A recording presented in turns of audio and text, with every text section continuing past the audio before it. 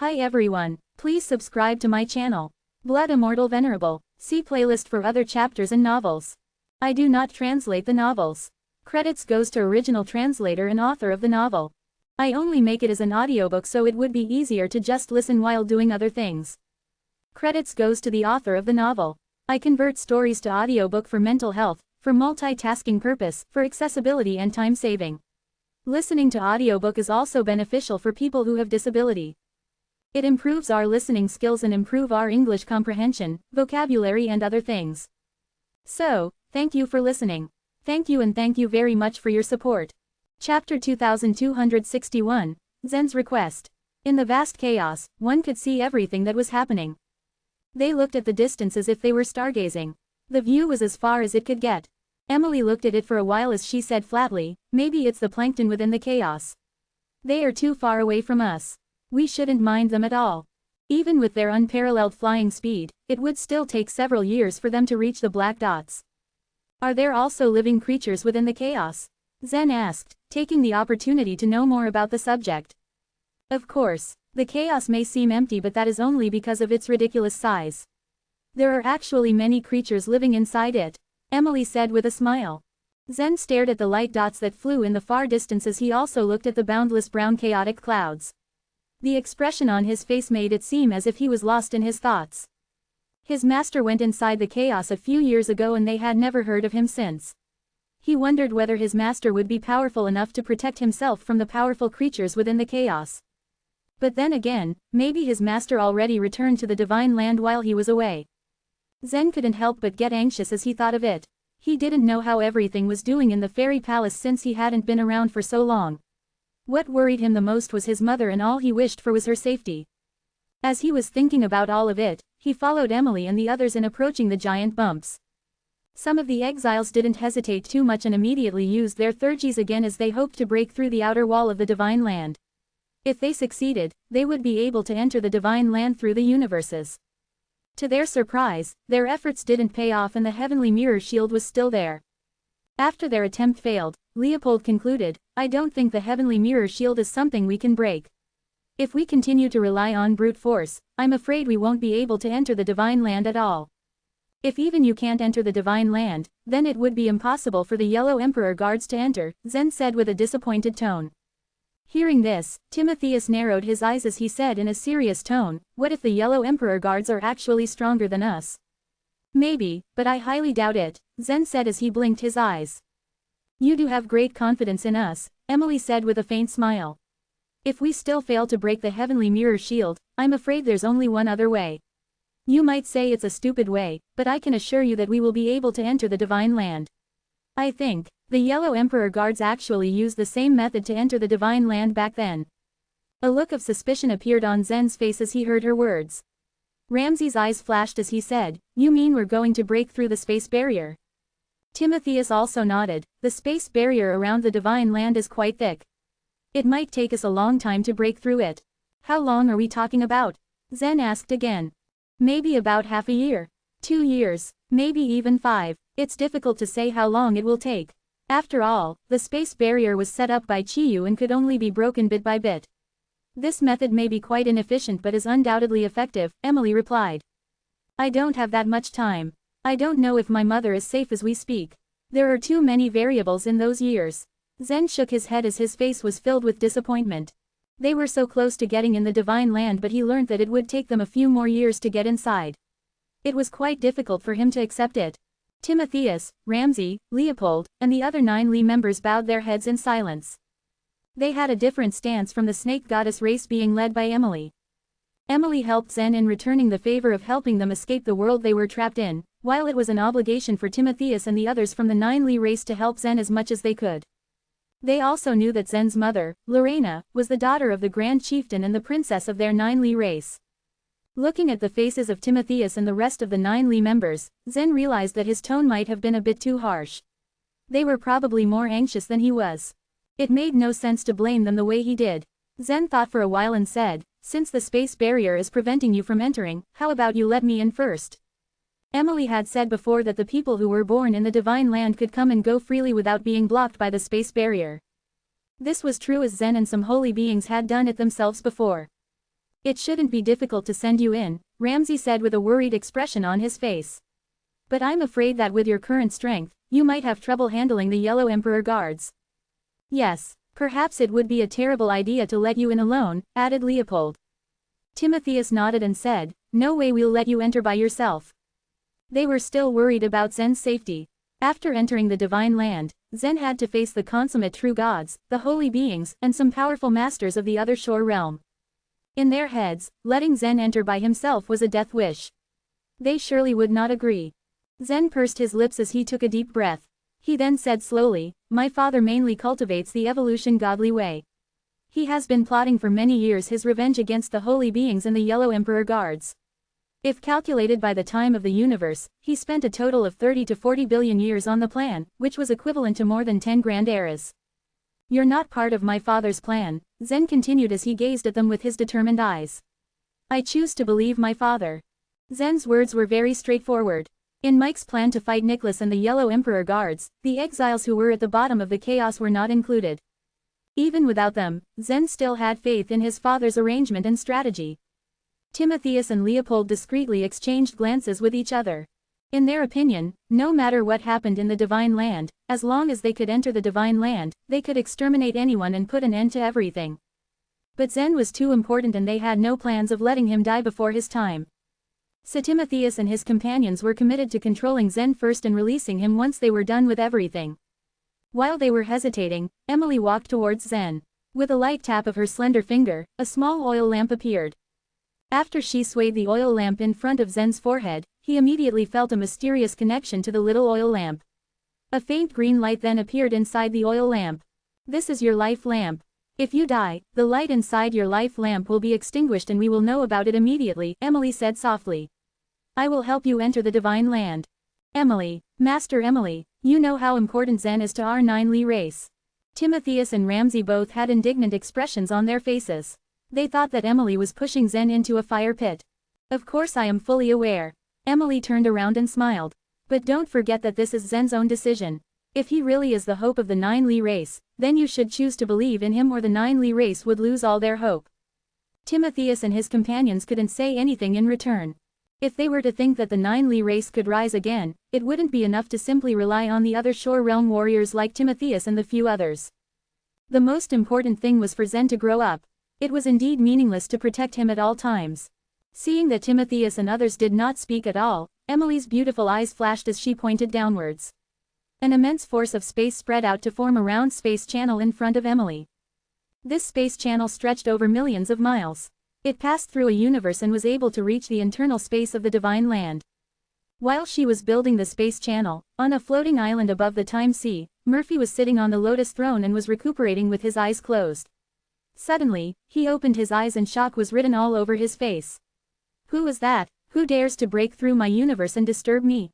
Chapter 2262, The Great Inertia. The space channel that Emily created shot towards the Murphy universe from above. It went straight down and pierced through the entire Murphy universe. As the controller of the Murphy universe, Murphy had a very keen perception of his own universe. He could clearly detect the fluctuations happening within the space law. As a holy being, he was able to build such a long space channel but he was unable to build such a stable one. Moreover, this space channel came from the periphery of the Murphy universe which was also outside the Divine Land. Who created this space channel? With this thought, Murphy turned into an incarnation and appeared in his universe to investigate further. Right in front of his eyes was an invisible space channel penetrating downwards. The space channel is trying to enter the Divine Land through the Murphy universe. Murphy's face revealed a look of pondering as he sneered, no matter who you are, it's absolutely impossible for you to pass through the Murphy universe without my permission. I will crush your space channel to pieces. He then pinched the space channel.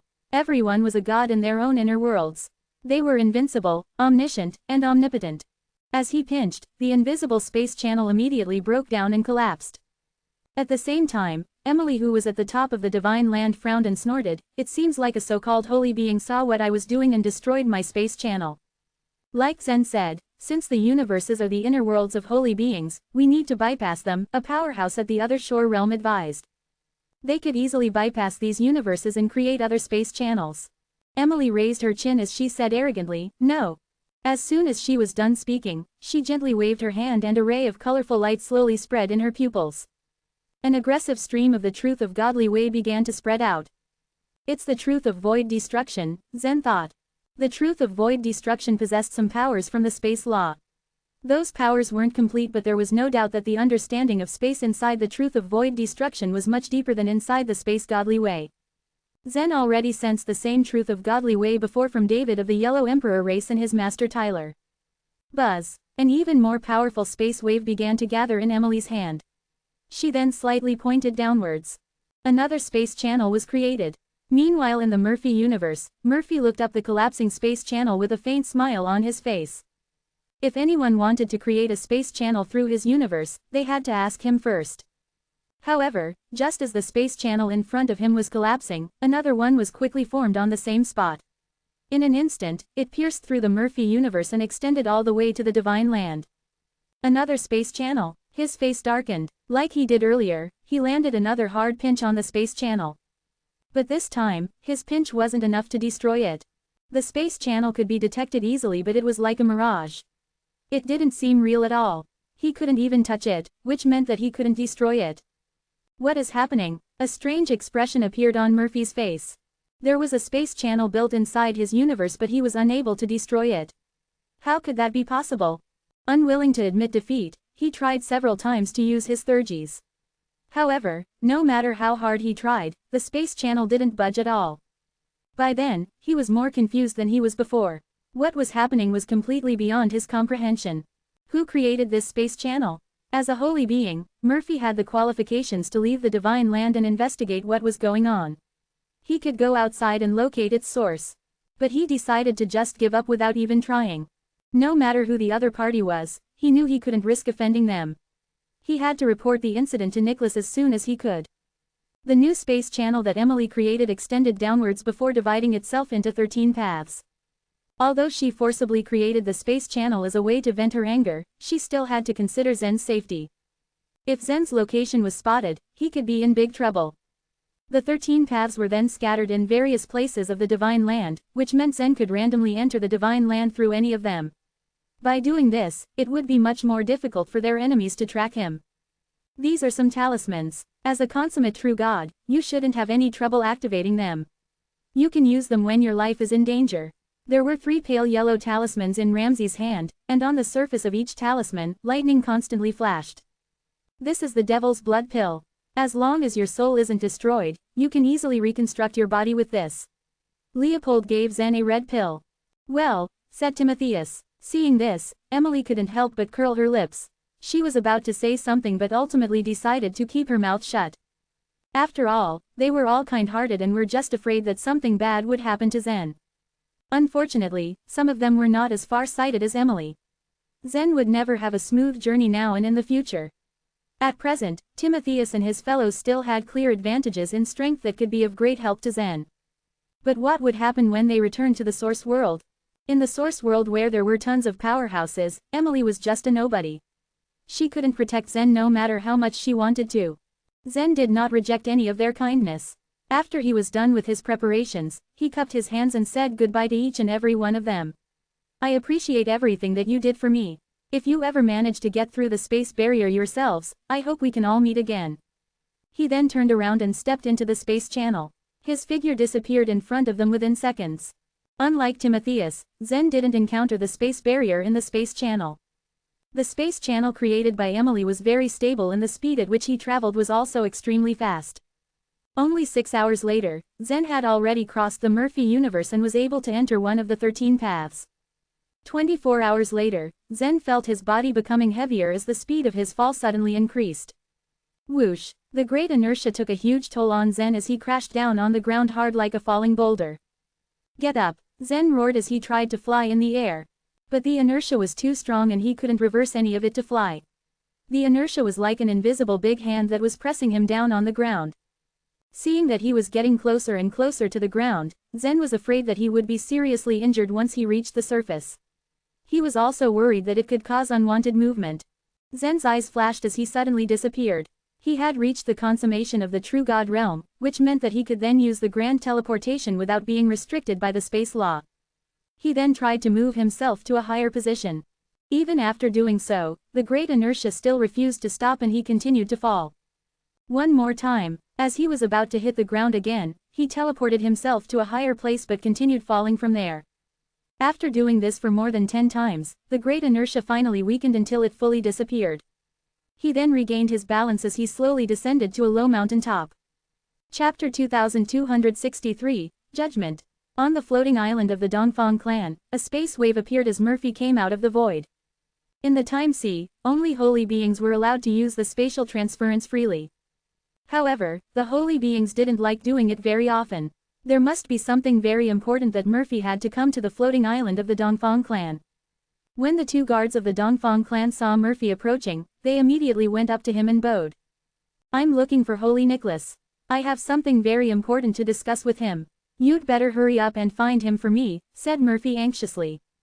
The 2 guards looked at each other with embarrassment on their faces. One of them said, "Holy Nicholas is currently at the back hall. He told us not to disturb him no matter what happens." The back hall. He has always been in the back hall. Only one thing is certain.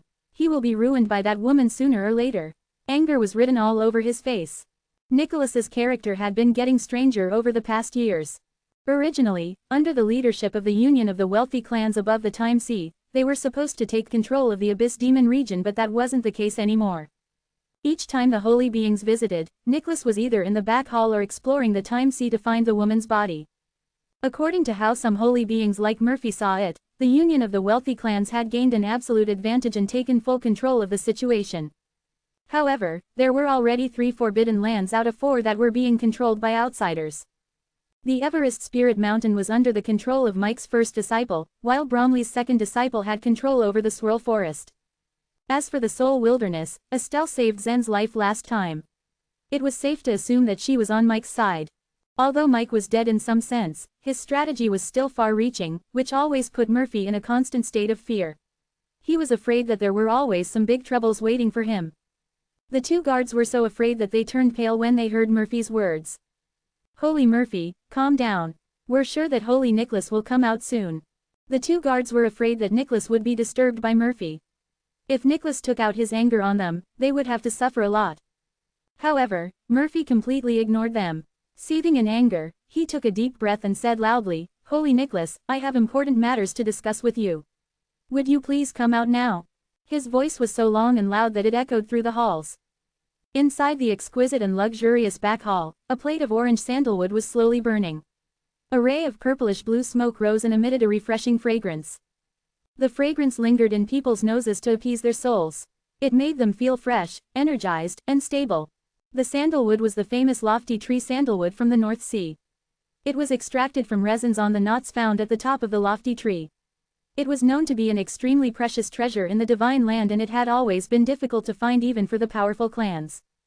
Especially, in the current Divine Era, the lofty tree emitted a strong sense of death that turned the range of 33 million miles into a death land, making the lofty tree sandalwood even harder to find.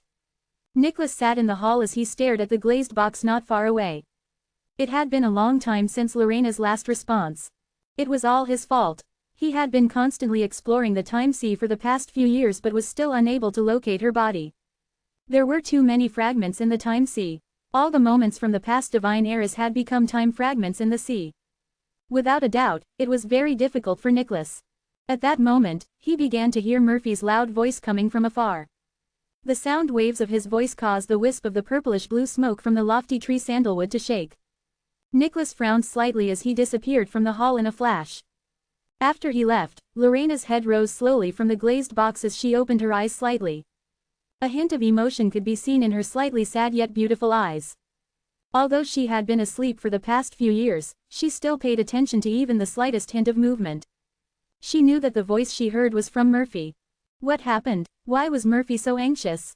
Did Harold finally make a move? Or had Zen finally returned? A bitter smile appeared on Lorena's face the moment she thought of her son. At that time, kicking Zen out of the Divine Land was a risk she had to take. She knew it was the only choice left. The chaos was also filled with different booby traps. Although Zen was not afraid of the possible corrosion from the chaotic energy, his cultivation was still too weak.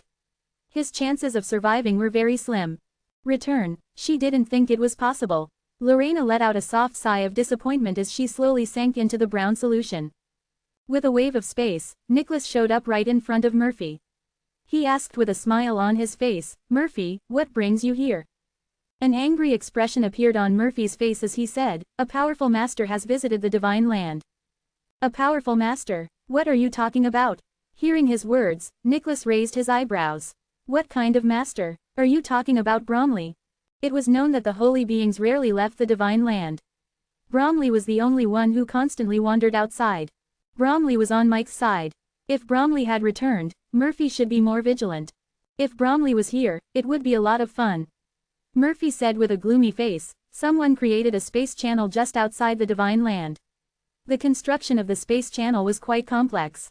Even when I personally attacked it in the Murphy universe, I was still unable to destroy it. What? How could that be possible? His words caused Nicholas to worry. In their own universes, the holy beings were omnipotent and would never fight others in their universes. If Murphy couldn't destroy the space channel in his own universe, then the creator must be very skilled. However, Nicholas soon calmed down. He narrowed his eyes and said, "It's said that there is a space barrier just outside the divine land. Even if the outsiders create space channels, they will still be unable to enter. It's not easy to open the barrier in a short period of time." "But the Yellow Emperor guards were able to come in," Murphy said. Nicholas released a faint smile as he continued, "It took them 20 years to open the space barrier." "That means we only have 20 years left." Murphy raised his eyebrows. 20 years was just a mere snap of their fingers when it came to the holy beings. The crisis was imminent. How could they possibly know how powerful the intruder was? Apart from that, the space channel has been created to pierce its way to the divine land. It's more likely that someone has been sent here. In order to avoid being discovered by me, they divided the space channel into 13 paths and scattered them in 13 regions, Murphy muttered. 13 paths, said Nicholas with a pensive look on his face. Who could they have possibly sent here? We can also assume that this intruder is someone from the divine land. Chapter 2264, The Real Godly Way Tablet. The divine land was huge, so even with that clue, it was impossible to guess who the person that was sent to the divine land would be. Nicholas then asked, "Did you make a record of the 13 regions?" "Oh yes, of course. I even noted down the areas that the 13 space channels are linked to in the 13 regions," Murphy replied. "Well done." Nicholas nodded approvingly before turning to a guard beside him and asked, "Did Lowell come back?" The guard put his hands together in respect and replied, "Lowell has returned, and Troy has also returned from the Forbidden Area." "Ask them to come to the Golden Rain Hall and tell them I need them," said Nicholas.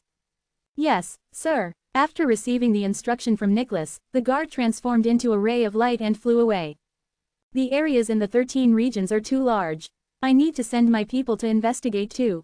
If they did send someone in, then this person's cultivation level could not be that of a demi-holy being or a holy being. We still have the chance to find the person and find out the truth. And I need to tell this to Clark and the others immediately."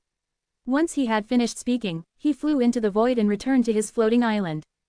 If it was a holy being or a demi-holy being that wanted to return to the divine land, there was no need for them to create a space channel and send him or her into a large region. Based on this logic, Nicholas and Murphy speculated that this person's cultivation should be at the true God realm. At the same time, it still didn't make sense. How could a true God born in the divine land run into the chaos without being corroded to death? And now the person was being sent back again. This matter was very strange, so they had to investigate. Meanwhile, in the Golden Rain Hall, Troy stood straight. He lowered his head and observed his iron hand which gleamed with silver light. A few moments later, he heard the sound of footsteps coming from outside the Golden Rain Hall. A handsome young man walked in slowly. At the sight of the young man, Troy's face darkened. "What? You are still alive?" The young man was Rocher. Rocher had now achieved a high position in the Dongfang clan. Now, Nicholas was slack in exploring the Abyss Demon region. The alliance of the rich and powerful clans on the floating islands could only choose the Abyss Demon region among the 4 great forbidden areas. Therefore, the exploration of the Abyss Demon region could only be handed over to these warriors of the younger generation. Rocher had done many meritorious deeds in the Abyss Demon region. After he reached the consummation of True God Realm, he had even discovered a special secret land on the 2nd stage of the Abyss Demon region. Rocher was now held in high esteem by Nicholas. "Don't worry, I won't die before you do." Rocher raised his eyebrows and smiled confidently at Troy. In the Dongfang clan, Troy was the best warrior, second only to holy beings and demi-holy beings. The gap of strength between him and the other consummate true gods of the Dongfang clan was too huge that all of them were no match for him. When the mountain of holy beings descended next time, Troy would definitely compete to become a holy being, and the Dongfang clan would definitely give him their full support. However, the appearance of Lowell, whose true identity was Rocher, made him feel slightly threatened. In recent years, Nicholas had summoned Lowell many times. The first time he summoned Lowell, he had given him the cyan-yellow double swords. Later, when Lowell married Iris, Nicholas even granted him the Ray token, which symbolized that Lowell had been formally recognized as the core figure of the Dongfang clan. Besides that, the resources of the Dongfang clan also were in Lowell's favor, and his cultivation had improved by leaps and bounds. When he was still a top-rank true god, he had already been unstoppable. Now that he had entered the consummation of true god realm, it made Troy feel uneasy. Feeling that his position was threatened, Troy began to go against Lowell in every aspect. He had secretly investigated Lowell and found little about his origin. Every time this guy returned from the forbidden area, he would quietly leave the time sea and disappear for a period of time. During this period of time, there was usually one or a few divine sites that had gotten destroyed, and the slates that protected those divine cities had disappeared mysteriously. Troy had once reported his observations to Nicholas and the other elders of the Dongfang clan. But because Lowell's performance was too perfect, Troy's suspicions were not taken seriously. On the contrary, some of them even warned him, the Dongfang clan is in need of talents now. Don't be jealous of other talents. Lowell may be an outsider, but he has married Iris now. So we should treat him as a clansman. They thought that he was just being jealous of Lowell and wanted to bring him down. This made him very upset. He had lost the trust of the elders because of this man. How could he be nice to him when they met? Just as the two men were staring at each other, Nicholas's figure appeared in the Golden Rain Hall. "Greetings, Holy Nicholas," Rocher saluted. "Greetings, Uncle Nicholas." Troy cupped his hands towards Nicholas, but his eyes were still fixed on Lowell, with an unfriendly expression on his face. "The two of you need to get ready as soon as possible, and take your people to investigate someone," said Nicholas lightly, ignoring the tense atmosphere in front of him. "What's going on?" Troy and Rocher were puzzled. There were beings in the divine land that the holy beings were unable to track down. There is an uninvited guest from outside that does not belong here. This person may appear in one of the 13 big regions. Nicholas continued, "Your task is to find that person." Both Rocher and Troy were stunned to hear this. From the outside, does that mean? Troy's mind began to race, totally forgetting about his annoyance with Lowell. Those who were able to enter the divine land and get through the chaos had to be at least beings with the cultivation of holy beings. He and Rocher were only consummate true gods. If they were to search for someone like that, they were not searching for a person but courting death. Nicholas saw the look on Troy's face and told them, the person is only a true god, a consummate true god at most. But these words only made Rocher and Troy even more confused. Could a true god return from the chaos unscathed? What was going on? However, they controlled their faces carefully and did not reveal their inner thoughts. Since Nicholas had given the order, there was nothing they could do except follow his wishes. After receiving the order, they looked at each other briefly before leaving the Golden Rain Hall. Zen had originally planned to activate the mountain token as soon as he landed and leave immediately. After all, the space channel went through the Murphy's Murphy universe, and it was very likely to cause trouble. However, Zen was attracted by a strong stream of internal momentum from afar. This stream of internal momentum doesn't seem to come from a true god. Zen found it very odd. Curious, Zen rose to the air and flew forward.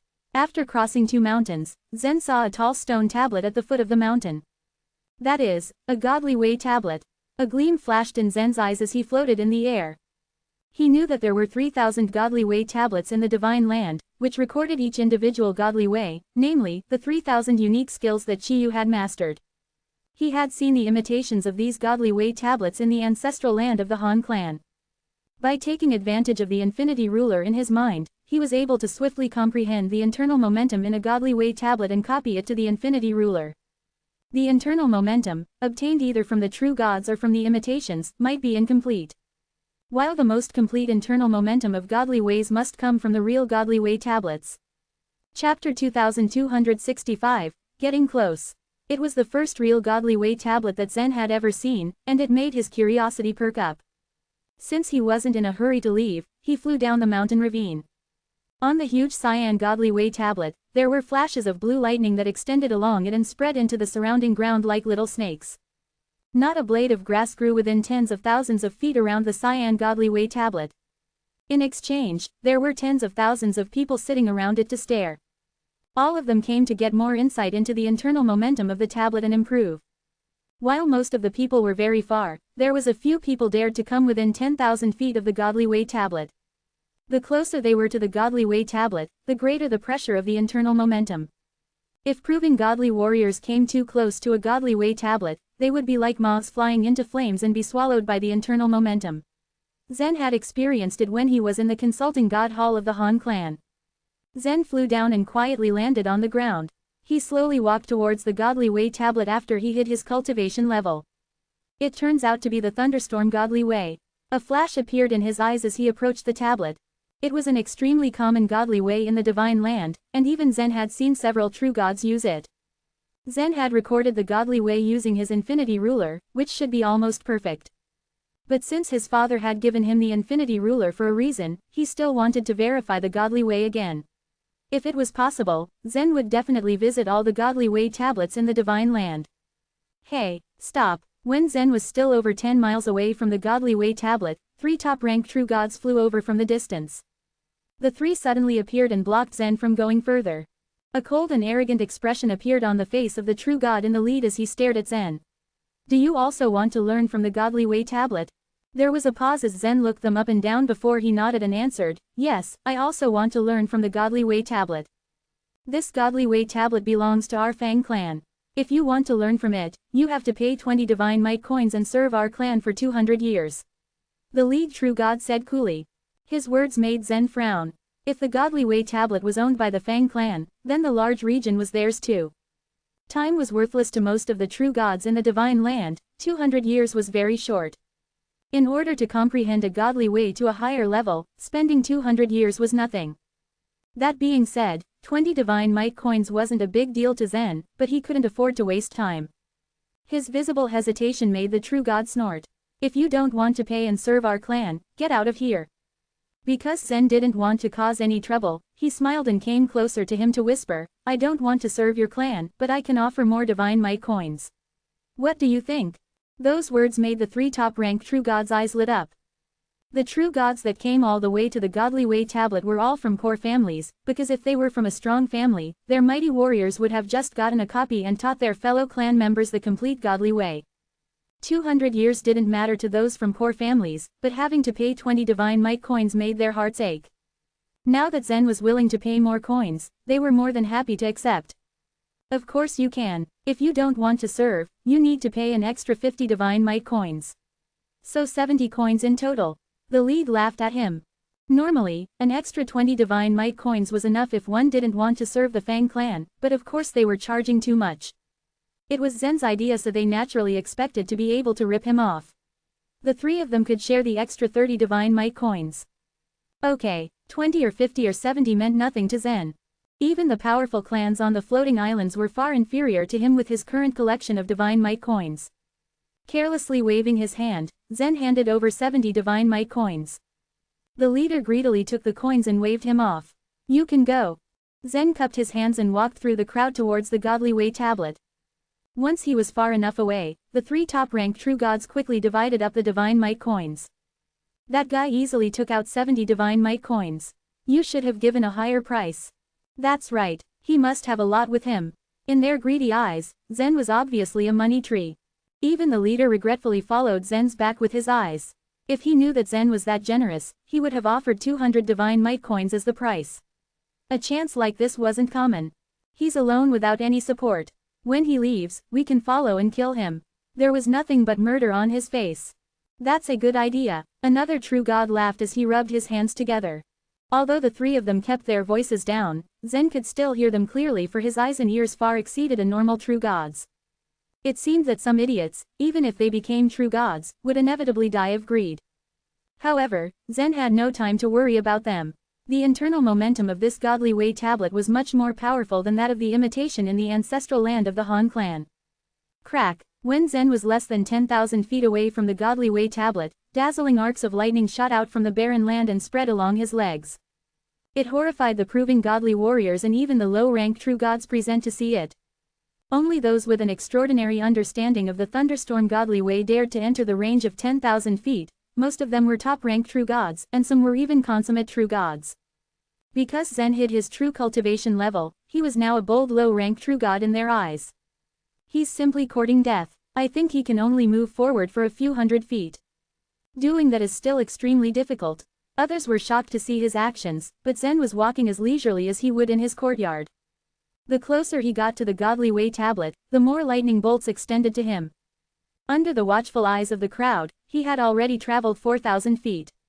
Thunder snakes, each as thick as an arm, emerged and enveloped Zen in many layers. The three top-ranked true gods, tens of thousands of feet away, suddenly had a bad feeling. Even they could only get 4,000 or 5,000 feet away from the Godly Way tablet to study the thunderstorm Godly Way. This guy was just a low-ranked true god, yet he was now 4,000 feet away from the tablet and seemed like he had no intention of stopping. As the stewards of the Fang clan, the three of them had to consider Zen's background and identity.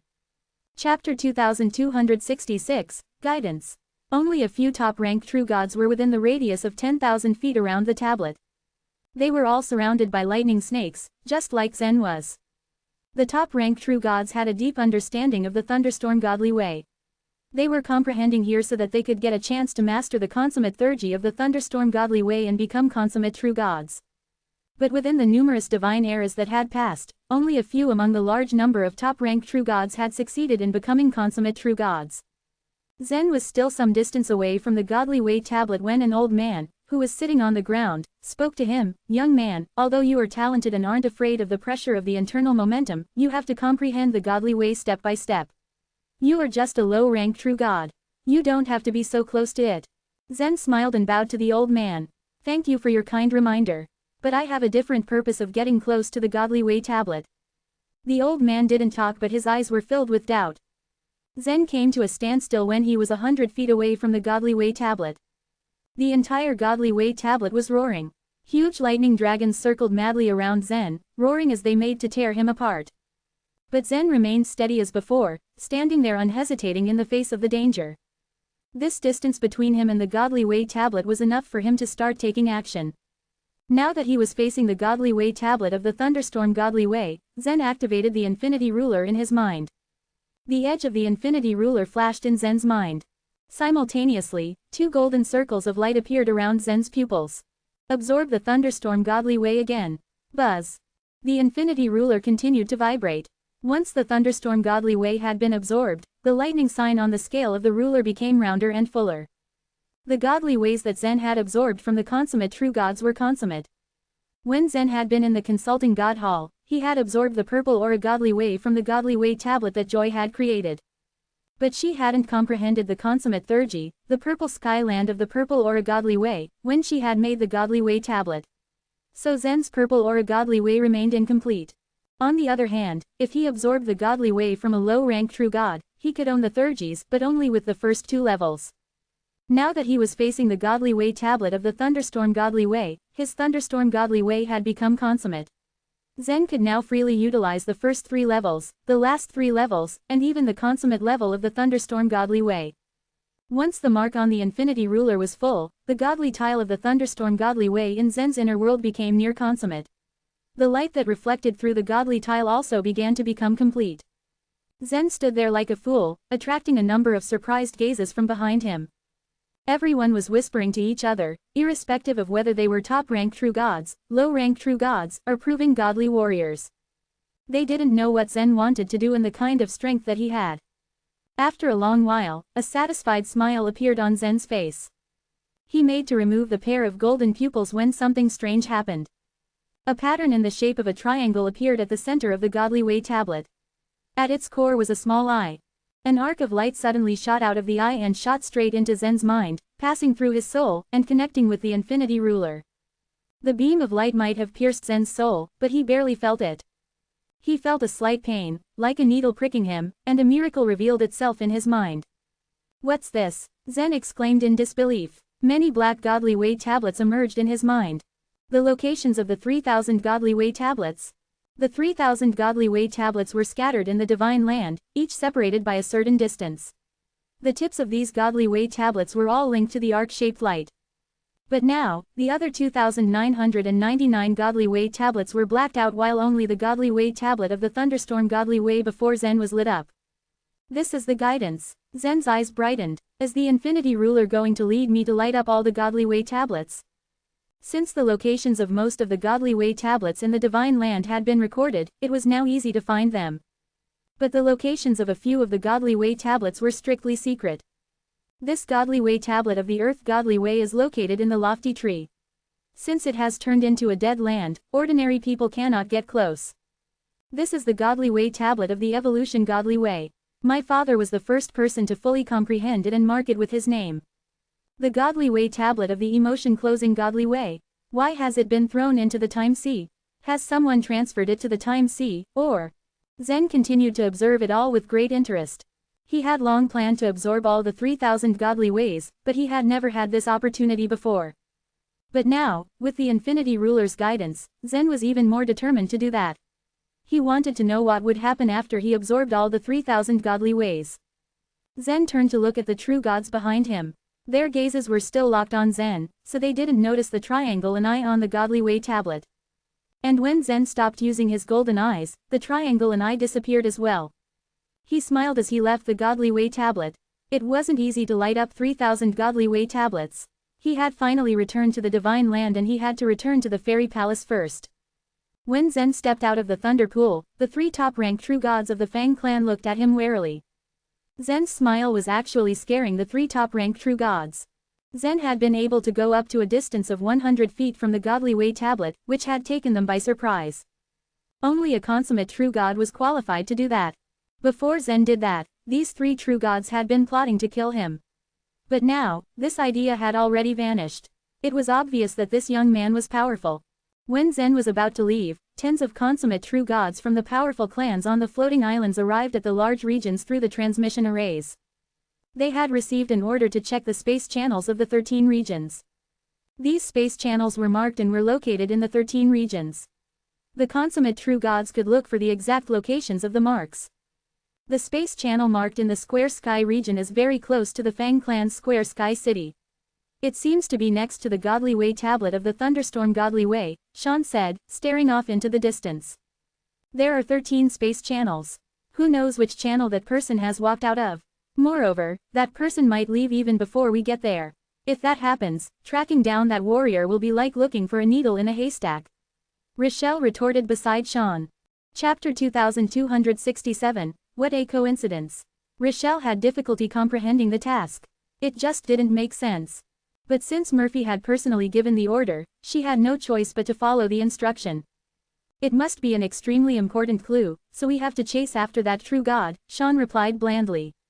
The chief of our clan said that the Dongfang clan is going to seal off these 13 regions. Seal off the 13 regions? Rochelle was slightly surprised. The area of a region was not small, and even the holy beings could not fully seal them off unless with the help of some treasures. For example, the Dongfang clan used the Ray tree, and the Sword clan used the Sunrise tree to block the space law of a region. After the sealing, the grand teleportation and construction of a transmission channel would be prohibited. Seeing the expression on Rochelle's face, Sean said lightly, they are going to use the ruling slate again. They have to seal off the 13 regions just to hunt down a true god. Rochelle said with a gleam in her eyes. Who is this true god? Sean shrugged. I have no idea, but the chief of my clan looked furious. The true god must be very important, I bet. They continued talking for a while before flying to the air to begin their mission. At the exact same time, Nicholas was standing in front of the ruling slate with his writing brush in hand and started to write a new rule swiftly and without hesitation. According to the rules of the Hall of Holy Beings, the revisions of the rules on the ruling slate must be approved by all the holy beings of the Hall. However, at the moment, the Hall of Holy Beings existed in name only. The Sword clan and the Moon clan were silent. The holy beings of these 2 clans had rarely appeared in the Hall of Holy Beings. Now the hall was ruled by the voice of Nicholas alone. So he used the ruling slate at will as if it was his personal object. Buzz. As soon as Nicholas finished writing, a golden light flashed on the rule, which meant that it had come into force. Sealing off the 13 regions wasn't a very overbearing rule. It wouldn't consume a lot of divine might coins. But Nicholas's face was pale. The cultivation level of the outsiders in the divine land had exceeded his expectations. This worried him greatly. The very first step they had to take was to find out who had been sent to the divine land, so it was very necessary to write this rule. Sir, if you would like, you can join our Square Sky City. My clan welcomes all kinds of talents. The top-rank true god knew that Zen was very strong, so he had already dispelled the evil intentions in his heart, and followed Zen with a warm smile. After absorbing the energy from the godly way, Zen had planned to find a secret place and use the mountain token to return to the fairy palace. He hadn't expected the true god to follow him. I'm not interested, Zen said coldly, thinking about how to get rid of him. Our clan is considered as one of the powerful clans in the entire divine land, and our floating island is also ranked top above the time sea. You know, it's hard to get an opportunity like this. The true god was being very patient. He kept on following Zen, trying to persuade him. I told you, I'm not interested. I'm warning you for the last time. Leave me alone, or there will be severe consequences. Zen lost his patience and his eyes had turned cold, with a murderous look on his face. The hostile look on Zen's face was terrifying and made the true god tremble with fear. He gave an awkward smile and finally stopped, following Zen's footsteps with only his eyes. Right at that moment, two beams of light shot towards him from the sky. Whoosh, whoosh, the two were none other than Sean and Rochelle. Two consummate true gods. The true god looked back and his heart trembled. Although he had a high status in the Fang clan, he was not eligible to enter the floating island, so he didn't know Shan Fang. But he knew that no matter who these newcomers were, it would be wise not to offend them. Who is in charge of this place? Shan's majestic voice rang out as he remained floating in the air. The true god looked up at Shan in the air and said respectfully, "It is me. I'm in charge of this godly way tablet. If I may, could I please ask your name?" "I'm Shan Fang," Shan replied, and then he asked, "Have there been any stranger here today?" As soon as Shan announced his name, there was a buzz around the godly way tablet. The masters of the Fang clan were well known in the Square Sky region. Although Shan was not a holy being, he was the most powerful consummate true god of the Fang clan, so he had a great reputation in the Square Sky region. The crowd regarded him with reverence. Shan seemed to enjoy the attention. A self-satisfied smile appeared on his face. Stranger. The true god was slightly stunned. He could not help turning his head to look at Zen, who was quickly walking away. There had only been one stranger there today. At the same time, Rochelle stared at Zen's receding back with sharp eyes. She had felt that something was not right, but she didn't pay much attention to Zen because he had concealed his strength. "You, stop," Rochelle's cold voice floated over. However, the moment she spoke, Zen had already jumped up and flew forward. Zen sighed in his heart. What an unlucky coincidence. He had chosen a space channel randomly, and he still ended up meeting Rochelle and Shan. Of course, he didn't know that the floating islands had already responded as soon as he had arrived. Without hesitation, he soared into the sky and flew forward. Rochelle and Shan stared at each other. Zen refused to stop and tried to flee. Chase him. The duo's faces darkened. They transformed into two beams of light and chased after Zen, leaving the top-ranked true god in a daze. Swish, swish, swish. Zen had stopped hiding his cultivation level and moved forward as fast as he could. Behind him, Rochelle and Shan were hot on his trail. The three flew at an extremely fast speed. Within seconds, they had flown past dozens of mountains. Although the three of them had reached the consummation of true god realm, Zen was still a beginner, so he couldn't go as fast as he wanted to. The distance between them was beginning to lessen. It can't go on like this. Zen frowned. An aura of the space law spread out in front of him. He decided to try to use the grand teleportation technique.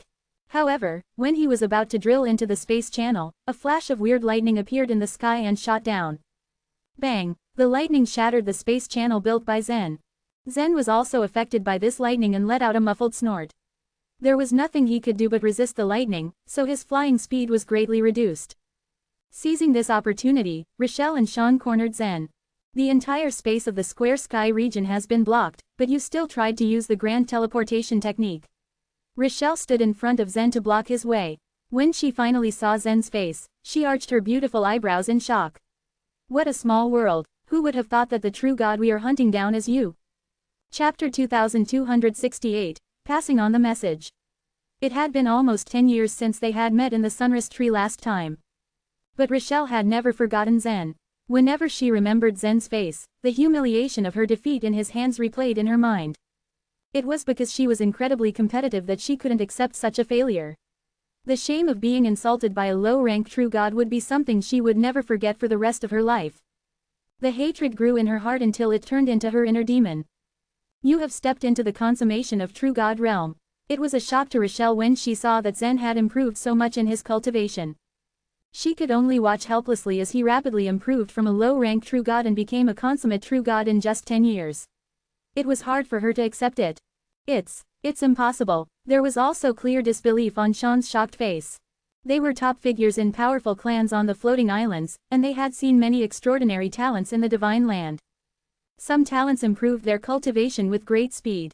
With the support of rich resources on a floating island, it usually took only 10 years for a warrior to become a top-ranked true god from a low-ranked true god. There were quite many people who achieved that. The Fang clan and the Mu clan had a couple of such talents, to say the least. However, it was astonishing and hard for Sean and Rochelle to accept that a low-ranked true god reached the consummation of true god realm in just 10 years. Reaching the consummation of true god realm was a million times harder than reaching the common true god realm. There were plenty of true gods in the divine land and the top-ranked true gods among them was many. However, the number of consummate true gods was few and far between, just a little more than the number of holy beings and demi-holy beings. For example, the top-ranked true gods around the Godly Way tablet only wanted to enter the consummation of true god realm. These top-ranked true gods were only a step away from reaching the consummation of true god realm, but this step was like a vast chasm. The majority of them would never cross this gap their whole lives. There was a saying in the divine land that went, one step to become a consummate true god, a half more to become a holy being. The strength of a consummate true god was just a little inferior to a demi-holy being. They all had the qualifications to enter the mountain of holy beings and compete for the opportunity to become a holy being. There were many examples of consummate true gods successfully becoming holy beings in the history of the divine land. Even if Zen had extraordinary talents, he still needed to get through the two bottlenecks in the emotion-closing godly way, the formless state and the nothingness in one. He wouldn't have reached the consummation of true god realm if it hadn't been for Fuxie's help. More importantly, Zen had been focusing wholeheartedly on the study of merging godly ways and he had made no progress in the emotion-closing godly way. It was hard to say how long it would have taken him to reach the consummation of true god realm if he hadn't met Fuxie. Fortunately, the time Zen spent on comprehending the emotion-closing godly way was greatly shortened by taking advantage of the 8 diagrams chart with Fuxie's help. Are you surprised? Zen stared at Rochelle indifferently. Yes, I am. Rochelle stared at Zen's smiling face and felt the indescribable rage blaze in her heart as she kept her voice calm. If it weren't for the difference in our stands, I would admire my sister who found you special long ago. With only 10 years of time, you stepped into the consummation of true god realm. Such a genius indeed hasn't existed before and probably would never be seen again in this world. She said as she stretched out her hands. 2 scarlet runes appeared on the wrists of her arms and then 2 short scarlet swords grew out from her arms. What a pity, Rachel sneered and the killing intent in her eyes became darker. A palm-sized cyan disc surrounded by cyan twigs appeared in Sean's hand behind Zen. The twigs started to burn as he placed his hand on the disc. While the twigs were burning, in the sea vessel region, Walton and 2 other consummate true gods flew towards their destination at a high speed. Walton noticed that there was something strange in his space ring and when he tapped it, a cyan disc similar to Sean's appeared in his hand. The twigs on his cyan disc were also burning. So soon, it made Walton's eyes widen. What's up, Walton? Another consummate true god from the Tang clan asked. It's the Square Sky region. Walton stared at the disc as he replied, Rochelle and Sean have found the target. Let's go back. All the consummate true gods had gone out to search for the target and 13 cyan discs were distributed to the groups heading to 13 different regions. The twigs intertwined around the cyan discs were picked up from the ray tree and they were all collected from the same branch. Whoever found the target would set the cyan disc ablaze. There were something special about the twigs on the ray tree. As long as the twigs were from the same branch, no matter how far apart they were, when one burned, the others would also be on fire. So after the twigs on Sean's cyan disc were set on fire, the twigs on the other 12 cyan discs started to burn. According to the location of fire burning on the disc, they would be able to know who had found the target. In the magic door region, Rocher stood on a hilltop and looked at the disc in his hand. Lowell, what's going on? Behind him were 2 consummate true gods of the Dongfang clan. Over the past few years, Rocher had made a lot of extraordinary achievements in the Dongfang clan, especially in the Abyss Demon region where he saved people from dire situations many times. Therefore, although Rocher was a junior, he had a high prestige. "It's in the northwest," Rocher said as he stared at the direction the twigs burned. "The Square Sky region. Let's go."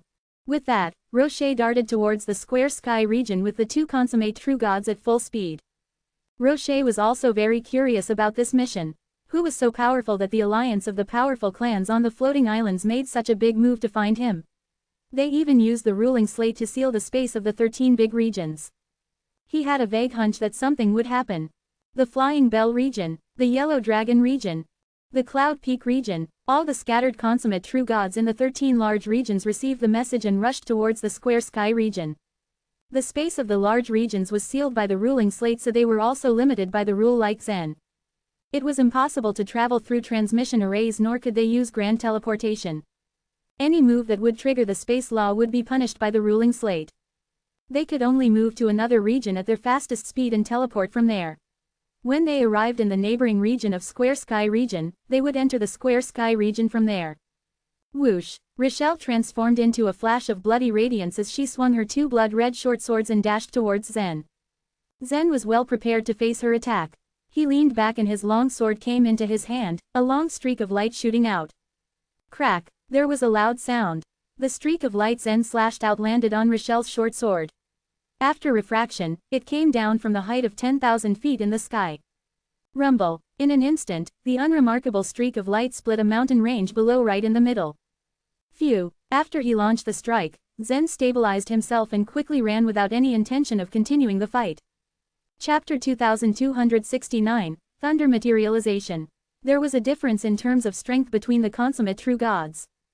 In their clans, Rochelle and Sean were considered as the top figures among the consummate true gods. With his current cultivation base, Zen wasn't threatened at all. Just as he had arrived at the Divine Land, he was immediately chased down by the powerful clans. That was too coincidental. After thinking about it carefully, he came up with a rough idea. Since Emily's space channel was built on top of the Divine Land and had penetrated through a universe, a particular holy being must have been alerted. Zen didn't know who exactly was alerted, but he assumed that it was a holy being that belonged to the union of the powerful clans since Rochelle and Sean had been sent. He didn't know what kind of power he was about to face. If holy beings and demi-holy beings got involved, then he would be in big trouble. At that moment, he chose to retreat first. Now that the other party had used the ruling slate to seal off 13 regions, he had to quickly move to an unsealed region. As long as the token of mountain was activated, he could escape and return to the fairy palace. "You want to leave?" Rochelle stomped the ground in tiptoe, immediately transforming into a ray of blood-red light that quickly flew over. Sean followed closely, a bright silver sword appearing in his hand. Swish! Rochelle's two swords that chased after Zen suddenly collided against each other. A deathly aura flowed out of those two blood swords, while a beam of cross-shaped blood radiance charged towards Zen. Each consummate true god had mastered a certain godly way. The power in Rochelle's cross-shaped blood radiance was controlled, but its malevolence was undeniable. Zen, who was running right in front of them, didn't even look back. The thunderstorm godly way, the godly tile in his inner world flashed, and a beam of thunder burst out from it. Crack! The thunder struck down his elixir field and pierced through his back. In just a short time, the thumb-sized thunder condensed and formed a pair of huge thunder wings that were about 1,000 feet long. Crack! Crack! Crack! The two wings that were flapping on Zen's back enwrapped Rochelle's blood radiance. Flashes of powerful thunder discharged from the wings and hit and crushed the blood radiance instantly. Then the wings flapped once again. Crack! Zen turned into a bolt of lightning and sped away. Rochelle was dumbfounded. It's the consummate level 30 of the thunderstorm godly way, thunder materialization. Even Sean himself was stunned. Did he reach the consummation of the true god realm with the help of the thunderstorm godly way tablet which is under the watch of my clan? Dang it, this can't be. Sean, who was never known to use such words, couldn't help himself. They had at least accepted the fact that Zen reached the consummation of true god realm in 10 years. That was not threatening though.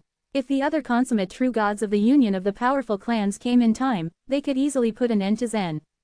However, as soon as Sean and Rochelle arrived in the Square Sky region, they saw that Zen was right beside the thunderstorm godly way tablet. According to their elders, Zen had been there for a short while. How could he have used the tablet to step into the consummation level? It was unacceptable. No, according to the information I have, he mainly cultivates the emotion-closing godly way, Rochelle said with a long face. He could only reach the consummation of true God realm with the emotion-closing godly way. But he just presented the thunder materialization. Sean exclaimed. Have you forgotten how strange he is? He can even use my clan's blood-breaking bite and your clan's parting water divine mirror, Rochelle said, shaking her head in frustration. You mean to say that as he is a consummate true God now, he can use all the other consummate level thurgies? Sean asked rather loudly. After he said that, they glanced at each other with shock in both their eyes. It was a harsh realization. At that moment, they didn't know how to solve their problem.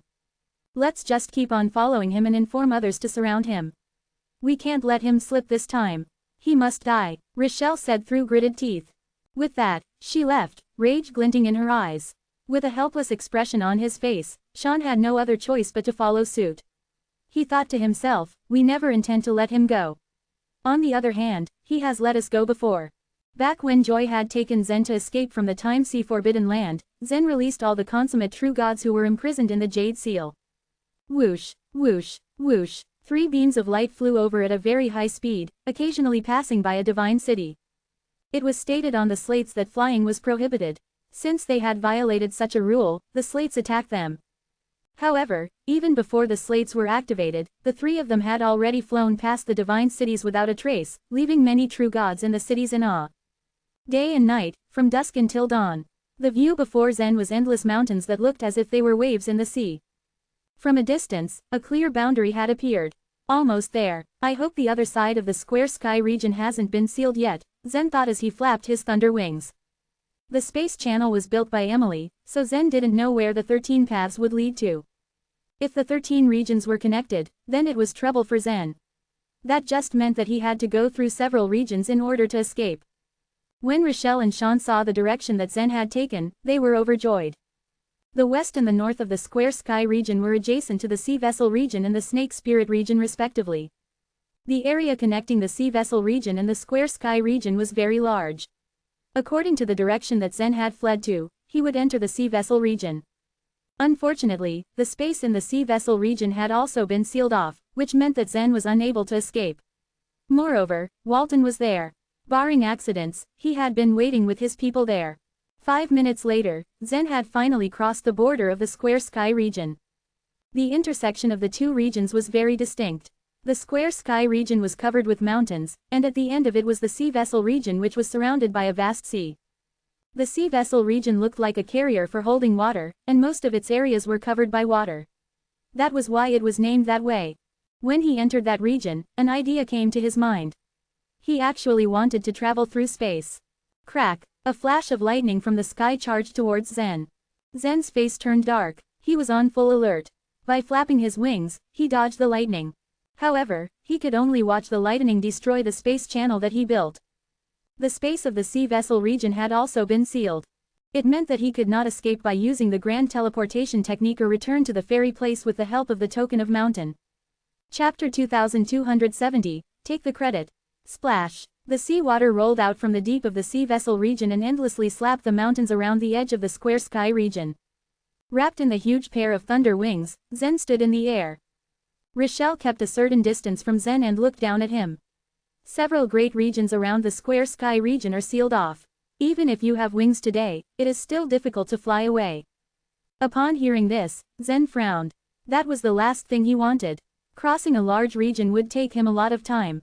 The longer he stayed there, the worse the situation could get for him. Although Zen knew Rochelle was right, he could only smile coldly at her. You stress that the surrounding regions are sealed off because you want me to stay here.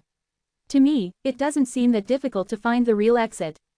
As soon as Zen finished his words, the thunder wings on his back suddenly spread. Crack! The blue thunder radiance effused from those wings. Rochelle and Sean saw that Zen had turned into a beam of thick lightning and flew away. Zen wasn't just randomly choosing a direction.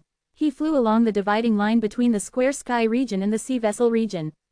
That way, he could find the third large region through the shortest route. If he still couldn't employ the spatial transference in the third region, then he could only figure out other ways. That was his best choice at present. When both Rochelle and Sean noticed the direction Zen had escaped to, they looked equally displeased. If he followed the dividing line, it wasn't long before he could enter the snake spirit region. In that case, they were just letting Zen slip their hands again. Not long after Zen had escaped, a huge water curtain suddenly appeared in the sea just right below him. Splash! The water curtain instantly exploded into thousands of water drops that covered Zen. His eyebrows raised as he saw the situation. His pair of thunder wings flapped again. Just as he passed through the water drops, something strange happened. All of the water drops suddenly changed course. They all intertwined, forming a large net of water and once again enveloping Zen. Is this the parting water godly way? Facing the huge water net, Zen twisted his body and his thunder wings began to whisk. Such a move immediately broke the net into pieces, crystal drops of water splashing everywhere. Shortly after the water drops scattered, they condensed again and turned into a new, larger net that instantly covered Zen's body. At the same time, layers upon layers of water curtains began to appear in the sea. Those water curtains turned into more water drops, turning into larger nets that were continuously attaching themselves to Zen's body. There was a strange energy in those nets. When that energy hit Zen, his body suddenly became dull. Ha! We got him. He will never escape my magic water net. A figure slowly rose from the water and floated towards the top of the sea with a huge smile on his face. At that same time, a huge mountain on the edge of the square sky region cracked. The center of the mountain kept on caving in. After the solid rocks broke, they all gathered together, forming layers of steps. Walton carefully walked up the steps with his shield sword in one hand. He stared at the huge water net suspended in the air, then raised his head and laughed. Rochelle, Sean. How useless you've been. Compared to my junior fellow disciple, you are far inferior. The man in blue who stood on top of the waves was called Diego Tang. He was Walton's junior fellow disciple and also happened to be one of the consummate true gods in the Tang clan. Being a consummate true god, it went without saying that Diego Tang was immensely powerful. However, he was weaker compared to Sean, Walton and Rochelle. Both Rochelle and Sean had chased Zen for quite a long time, but they never succeeded. As for Diego Tang, he caught Zen so easily. He was a pride of the Tang clan. Thank you for letting me have this chance. It's finally the Tang clan's turn to take this guy away. Diego Tang cupped his hands in front of Rochelle and Sean, and then said, Brian, take action now. This time, there were 3 consummate true gods sent by the Tang clan to carry out the task.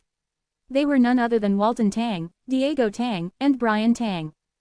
Both Diego and Brian Tang became consummate true gods by means of the parting water godly way and were hiding at the bottom of the sea. Worried that Rochelle and Sean might get the chance to take Zen before they could, Diego had asked Brian to make a move as soon as possible. After Diego Tang spoke, a huge whirlpool suddenly appeared in the sea below. At the same time, the sea area within 100 miles suddenly went wild, all of the water rushing towards the whirlpool. Then, an astonishing amount of power came out of the center of the whirlpool. The insane suction power of the whirlpool allowed the seawater around to descend into it pretty quickly. Not long after, Brian popped out of the sea with a long blue bow in his hand. As if it was made of water, the bow was also crystal clear. The long arrow that was pristinely placed on it was definitely made of water. Ordinary water arrows couldn't hurt people. But what Brian Tang held in his hand was the parting water bow, and it had the ability to make use of all the water in the surroundings. His parting water bow had absorbed all the seawater within 100 miles, dropping the sea level by 100 feet. The highly condensed parting water arrow also turned into a lethal weapon. Swish! Brian Tang's fingers released the bowstring, allowing the arrow to leave.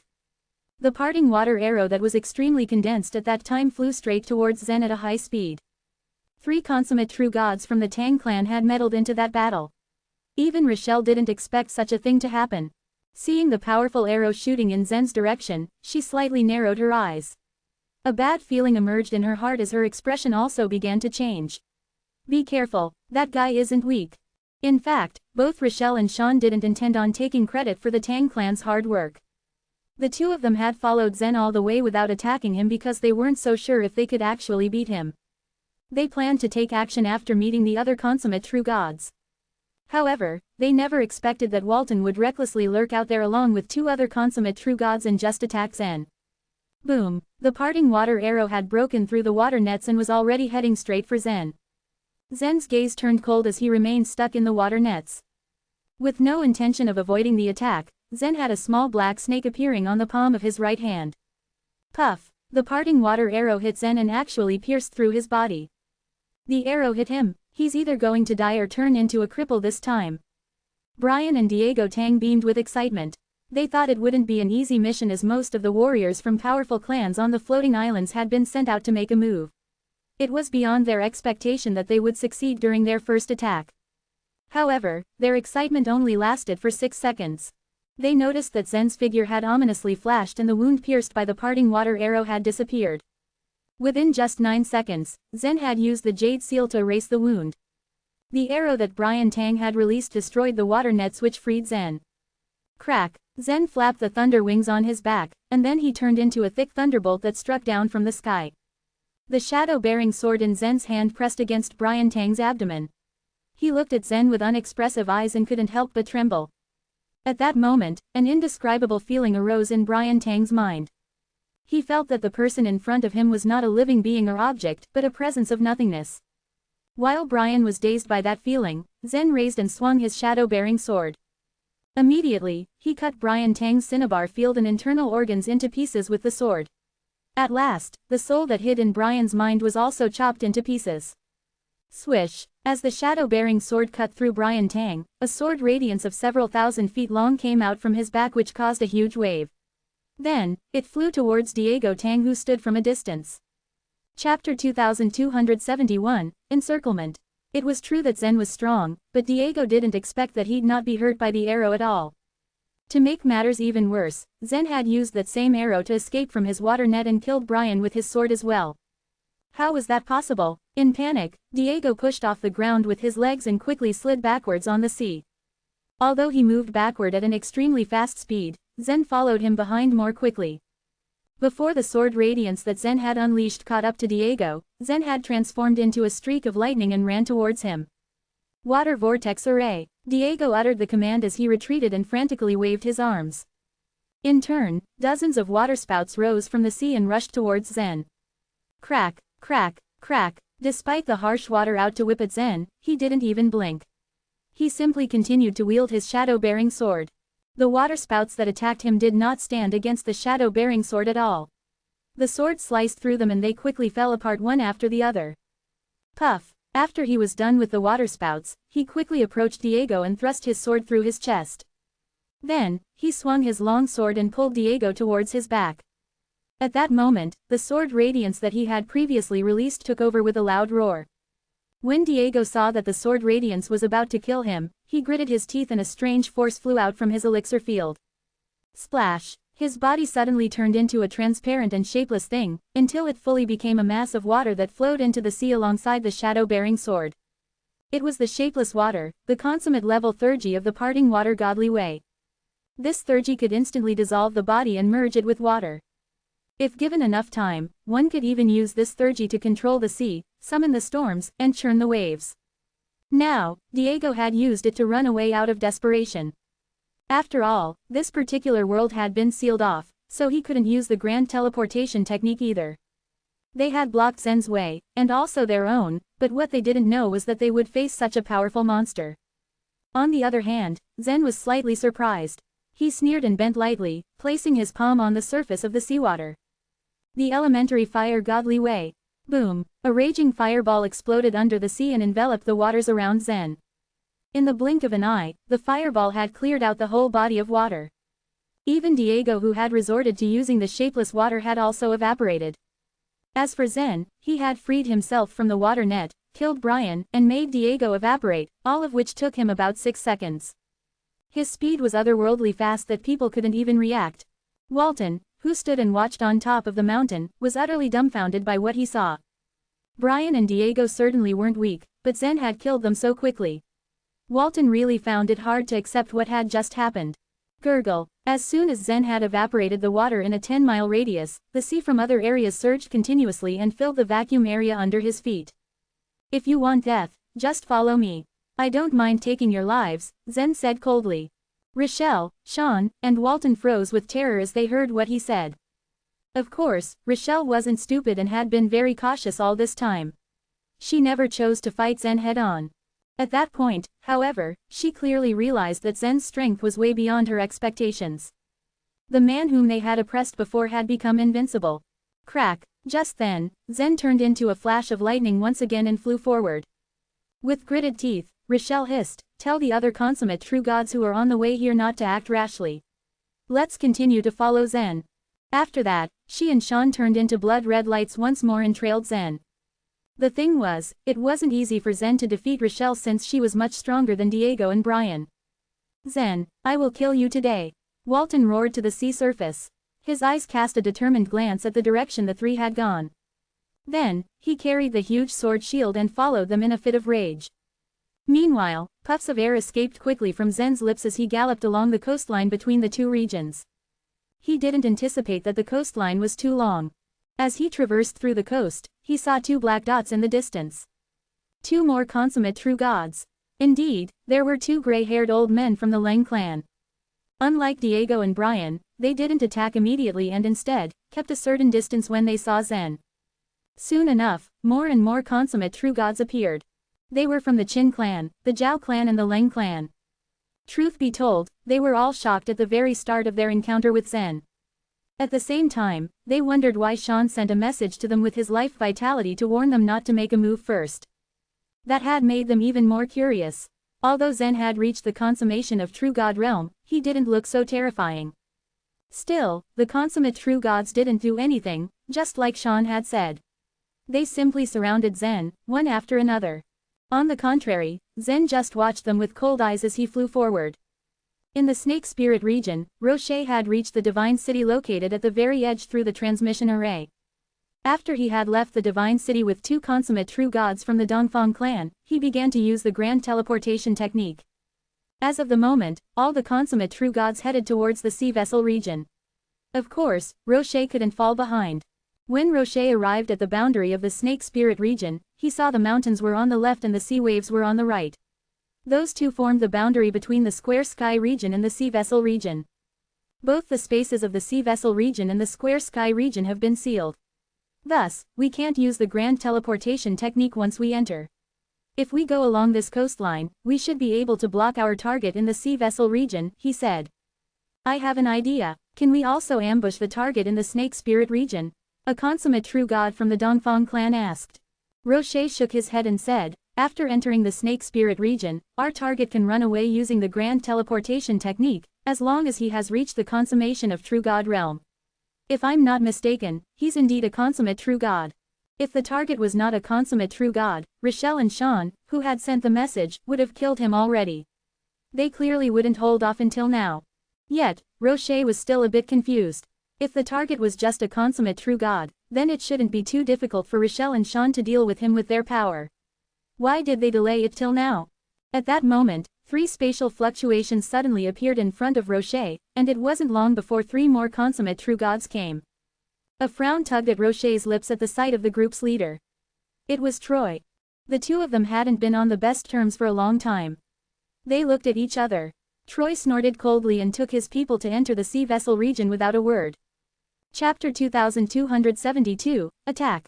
The normally tranquil sky was now littered with dozens of streams of life vitality that quietly fluctuated. Meanwhile, the consummate true gods who hovered around Zen conversed with each other through life vitality. What are we waiting for? We're only 20,000 miles away from the Snake Spirit region. At his current speed, there's no doubt he'd be able to enter the Snake Spirit region in 5 minutes. I'm afraid he would have escaped by then.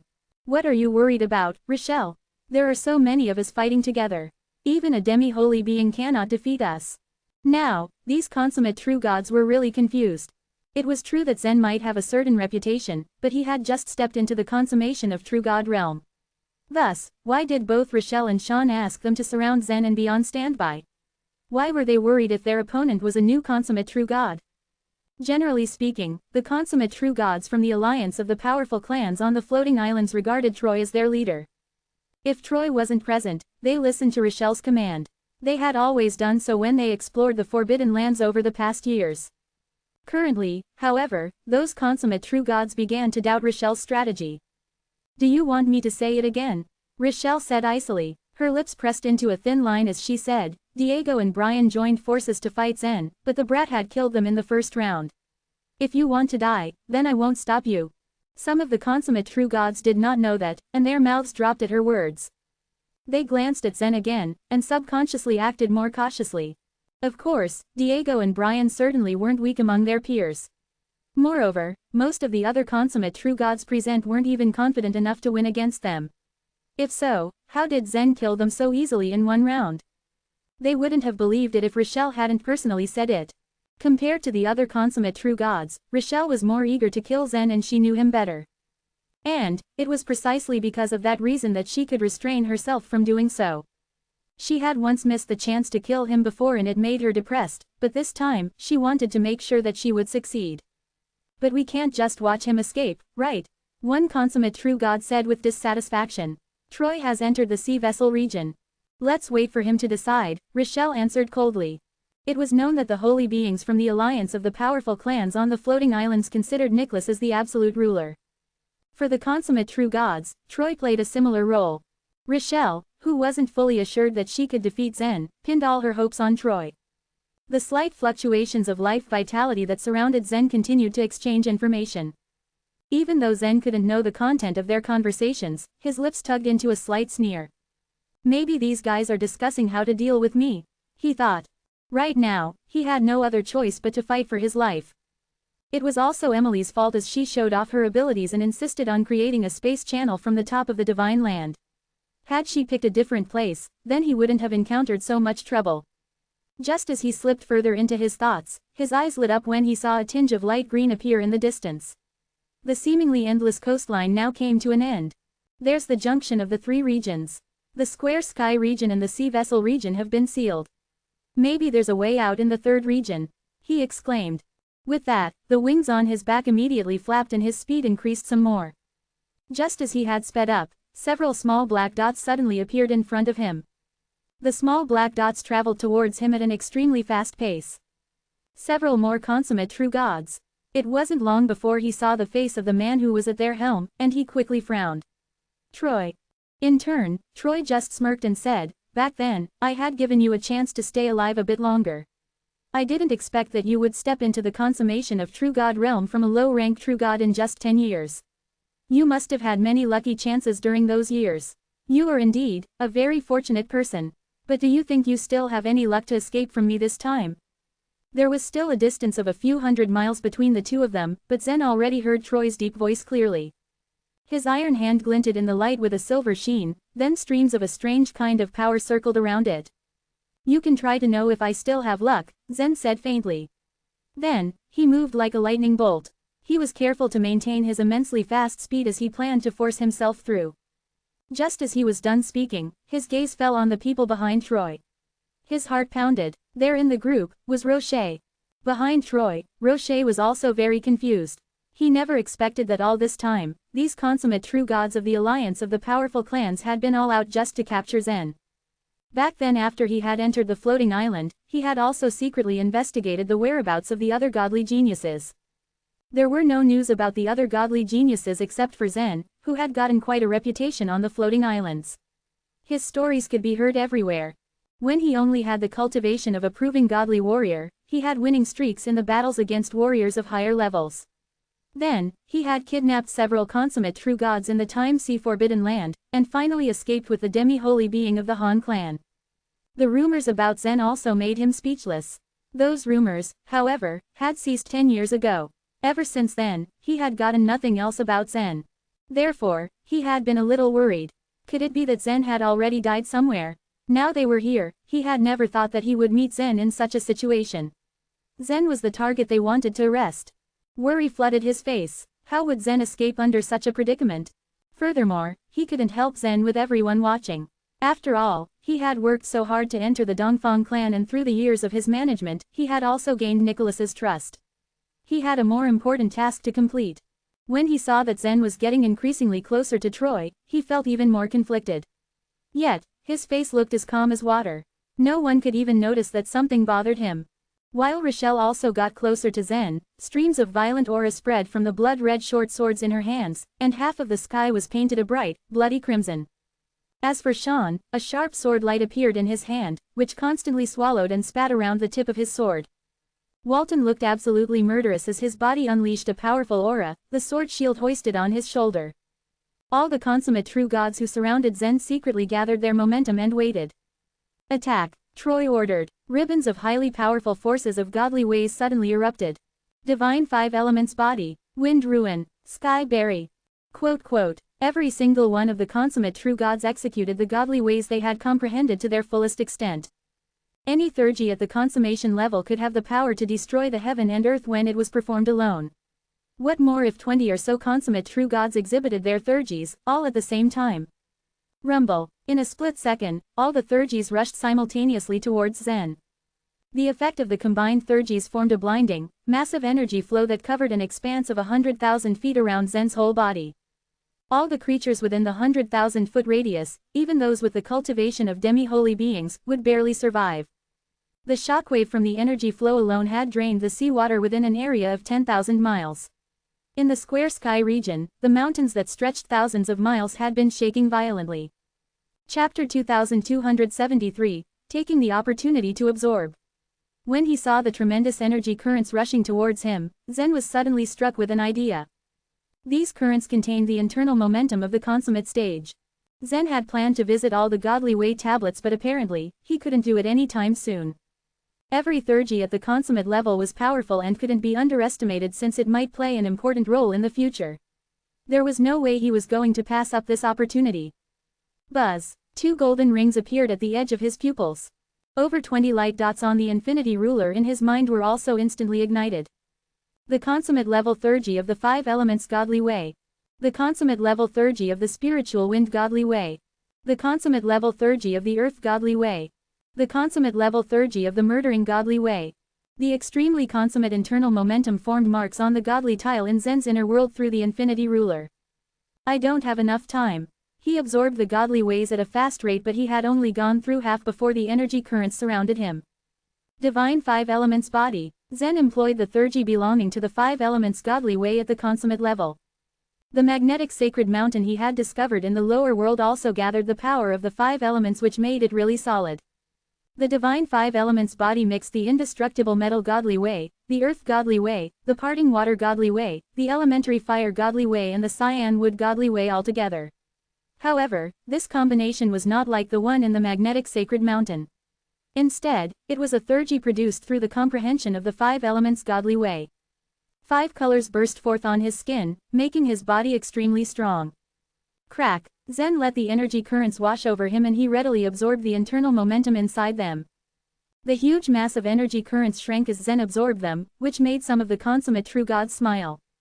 Some people mocked Rochelle in their minds. Despite being so powerful, she was still only a woman. Zen was not powerful at all, and they surely didn't need to wait for Troy to deal with him. It would surely be enough to kill him by having everyone attack at the same time. He's just a consummate true god. Why should so many people have to fight him together? Don't take him so seriously. The holy beings ordered us to capture him, right? Now, he's sure to die. These consummate true gods looked relaxed, but Rochelle, Sean, Walton, and Troy showed no expressions on their faces. Since Zen was able to control the Jade Seal, it wouldn't be that easy to kill him. Troy stared at the mass of energy currents with caution. They had begun to decrease rapidly and left a huge smoke cloud behind as they disappeared. He's not dead yet, Troy muttered, sensing Zen's existence through the smoke.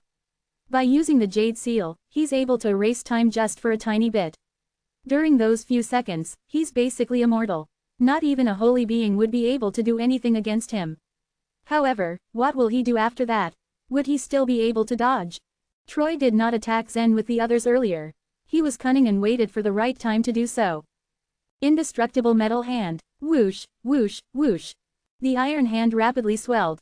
In the blink of an eye, it reached the size of a huge mountain and reached out to grab the smoke cloud. Troy's behavior made the other consummate true gods curious. Since Zen was trapped by the turbulent energy currents, it would be extremely hard for him to escape. In fact, they figured that these currents would be enough to cut him into pieces and kill him. What was Troy's point in taking action? As Troy's huge, iron hand was about to grab the smoke cloud, a huge fist suddenly appeared. Clang! There was a deafening thud as this huge fist suddenly crashed into Troy's palm. It was as if 2 huge mountains had bumped into each other. Troy's indestructible metal hand was the consummate theurgy comprehended from the indestructible metal godly way. He refined his right hand for countless years and consumed countless of the Dongfang clan's resources. The power contained within his iron hand was so terrifying that even a demi-holy being would be cautious when faced against it. He had already thought that Zen's jade seal would enable him to avoid most of the consummate true god's attacks. However, Zen was unable to dodge his attack. His attack seemed to be enough to crush Zen into pieces. However, the resistance that met his iron hand surprised Troy greatly. Where did this huge fist come from? Suddenly, the huge force transmitted back from his iron hand, which made him even more confused. It was so powerful that he was driven backwards. His iron hand was the size of a mountain, but his body was not even 6 feet tall. The sight of Troy getting dragged away by his huge hand was a bit funny to look at. However, nobody paid attention to him. All the consummate true god's attention was focused on the smoke cloud that was now slowly fading away. From the smoke emerged a huge silhouette. Zen had activated the wild god power in his body and had transformed into a 40,000 feet tall giant. He merely looked down on the crowd from his place in the sky. These consummate true gods were mere ants compared to Zen in terms of size. What's this? How did his body become so huge? What a powerful force! How did he make it? He is even stronger than a holy being in terms of physical strength. Those present were dumbfounded at the sight of Zen's giant form. The pressure of the wild god power emanated from Zen in waves and was felt by the consummate true gods around him. These consummate true gods had never seen the wild god power before and mistook it as the power of pure strength. Even a holy being wouldn't normally be able to create such an imposing aura when activating the 9 divine stars. Rocher couldn't help but raise his eyebrows. He was standing at a distance but was still extremely overwhelmed by this surprising scene. He knew Zen was imaginative, but he never thought he would actually be able to become a literal giant. Never had he heard of such great theurgy. After Zen transformed into a giant, his strength increased greatly and such level of skill simply amazed Rocher. Where in the world did he cultivate such an ability? Rocher thought to himself. Anyone who dares stop me will get killed immediately, Zen threatened coldly. His manner of speaking was gentle but his tone was extremely serious. His voice was also terribly loud and it made the consummate true god's ears buzz. Chapter 2274, Warning. A pair of wings, made entirely out of thunder, burst out of Zen's back. His wings were as wide as 200,000 feet and covered half the sky. Zen did not want to deal with these consummate true gods. The longer he dallied, the worse it would be for him. He had visited the bottom of the chaos and greatly improved his strength with Fuxie's help. However, it would be hard for him to escape and return to the fairy palace if he was surrounded by demi-holy beings and holy beings. Crack! There was a sharp vibration as Zen's wings flapped. He turned his body and seemed to be preparing to fly away. Intimidated by his aura, nobody dared to stop him. However, at that moment, Walton stepped forward. Don't let him go. Even if he becomes bigger, he is still no match for us. 2 consummate true gods from the Tang clan got killed. If they let Zen go, Walton wouldn't have the nerve to face Clark. Unfortunately, Zen heard this and took a step forward. He raised his hand, poised to slap Walton on the face. Zen had been practicing the wild god system for a long time now and could easily handle his gigantic body. Instead of being heavy and slow, he was incomparably flexible and fast. There was no way Walton could dodge Zen's slap. All he could do was put the huge sword shield across his chest in hopes of protecting himself. Bang! The sword shield was a supreme primordial weapon in the divine land, but Zen's slap reduced it to rubble. A powerful force broke through the shield and hit Walton, who was sent flying directly into a mountain. Boom, boom, boom. There was a series of explosions as his body crashed into the mountain's face. Soon after, the entire mountain itself collapsed, and it wasn't the only one. The border of the square sky region was surrounded by mountains, but they began to collapse one by one. Over 100 mountains were flattened. Had it been another consummate true god that was hit by Zen's slap, then he or she would have died upon impact. In a moment of desperation, Walton exercised the earth godly way and transferred the force onto the mountains. He was able to survive, but he was sapped entirely of his strength. He couldn't even move his limbs as he lay on the broken stones. The atmosphere was tense and very quiet after that. Walton's strength was considered only inferior to that of Rochelle and Troy, even a little stronger than Sean's. Someone like him was slapped half to death by Zen. Anyone else who dared to step forward would end up getting killed by the terrifying giant in front of them. The sea wind blew and flowing seawater poured in with the mountains. Collapse. Even Rochelle shut up. Troy, on the other hand, flew over with his face extremely pale. Zen's punch had also sent him flying hundreds of miles away. His iron hand returned to its original size, but it was littered with cracks, having been damaged by Zen's forceful fist. He stared at Zen's huge body with complex emotions. None of them was prepared for this round against this young man. The alliance of the powerful clans sent out all their consummate true gods, thinking that their target was a mere true god, a consummate true god at most. Of course, it was true that Zen had just reached his breakthrough, but it was also a fact that even the demi-holy beings would find it hard to compete with his current strength. Even if they attacked at the same time, they'd only waste their forces and suffer numerous casualties. Under their watchful eyes, Zen turned into a beam of light and flew away. With their target having flown away, the consummate true gods could only stand there and look at Troy helplessly. "Follow him," Troy ordered in frustration. There was no other choice but to follow. However, the consummate true gods were careful to keep a large distance between them and Zen.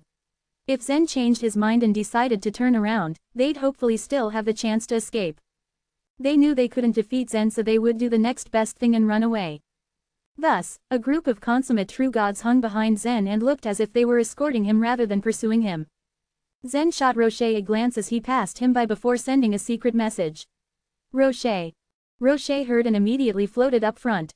There was a subtle fluctuation that the other consummate true gods might sense once the message was transmitted. In order to avoid being detected, Roche came up front so no one else would notice the fluctuations. It helped that he was bolder than anybody else. Seeing Roche follow behind Zen closely made the others think of him as fearless and willing to go against such a great power. "Zen, your progress is shocking," Roche said through his life vitality as he lightly moved his lips. "Which clan are you hiding in?" Zen asked. "The Dongfang clan," Roche said. Zen was slightly surprised with his answer. Back in the evolutionary universe, Wind told him that Roche had his own fate. He never expected Roche to take a completely different path once he arrived in the Divine Land, even going as far as hiding in the Dongfang clan. Zen's heart skipped a beat when he thought of the Dongfang clan. On the day he met his mother underground, Zen used the spiritual darkness to cultivate himself. After his cultivation, his mother immediately sent him out of the Divine Land. She told him that the holy beings had found her. Zen had no idea where she might be. Perhaps she was taken away by Nicholas. "Have you ever heard of Lorena Lee in the Dongfang clan?" Zen asked. "Lorena Lee? I've never heard of her. Who is she?" Roche answered. Zen's heart sank at his answer. What he feared most was the possibility that his mother might have died. He hoped that she was merely taken away by Nicholas. At least he would still have a chance to save her. "She's my mother," Zen replied. This surprised Roche greatly. "Your mother? 10 years ago, my mother sent me away for my safety. I was unwilling but I had no choice," Zen explained. "I'm afraid that she may have fallen into Nicholas's hands." Roche's eyes flashed. "I've been greatly valued by Nicholas in the past few years. I can go to any place in the Dongfang clan's floating island, except for the back hall. I heard a demi-holy being of the clan complain about Nicholas being seduced by a woman and neglecting his duties these years." Zen's eyes lit up at Roche's message. Chapter 2275, Escape Successfully. "Tell me more, please," Zen said. "It is said that Holy Nicholas is obsessed with a woman, the one in the back hall. Over the years, he has kept entering the time sea to look for her body. I wonder whether that woman is your mother," Roche replied. Looking for her body? Zen's heart skipped a beat. Perhaps he could finally get closure. A wave of peace rolled over him. In this case, this woman was very likely to be his mother. She had not died, she just needed her physical body, and Nicholas was helping her look for it. Whatever the case was, she wasn't dead. Roche sensed the change in Zen's mood. "Is that woman your mother?" he asked. "She must be," Zen replied. This time, it was Roche's turn to be surprised. Zen's father, Mike, was Murphy's nemesis. Roche had come to know the truth about their feud over the past years. Long ago, Murphy had launched the universe war on Nicholas's orders. Mike's real enemy was, in fact, the union of the powerful clans led by Nicholas. But one question remained unanswered. Why was Nicholas so obsessed with Zen's mother, Lorena? Roche felt confused. He looked at Zen with a curious expression. Now was not the time for lengthy storytelling, however. Roche would have to remain in the dark for a little longer. Just several dozen miles ahead of Zen, the junction of 3 regions came into view. He had to concentrate on the task at hand for now. Once he was out of the Square Sky region and the Sea Vessel region, he would attempt to escape using the Grand Teleportation technique. Meanwhile, Troy was using his life vitality to communicate with the other consummate true gods. Everyone, once Zen enters the snake spirit region, I am certain he will try to escape using the grand teleportation technique. The technique is not forbidden in the snake spirit region. I want to try again. No one was willing to let Zen go. How are we going to stop him? He is much stronger than us. We should just be thankful that he hasn't tried to kill us yet, said a consummate true god helplessly. The other consummate true gods were similarly discouraged.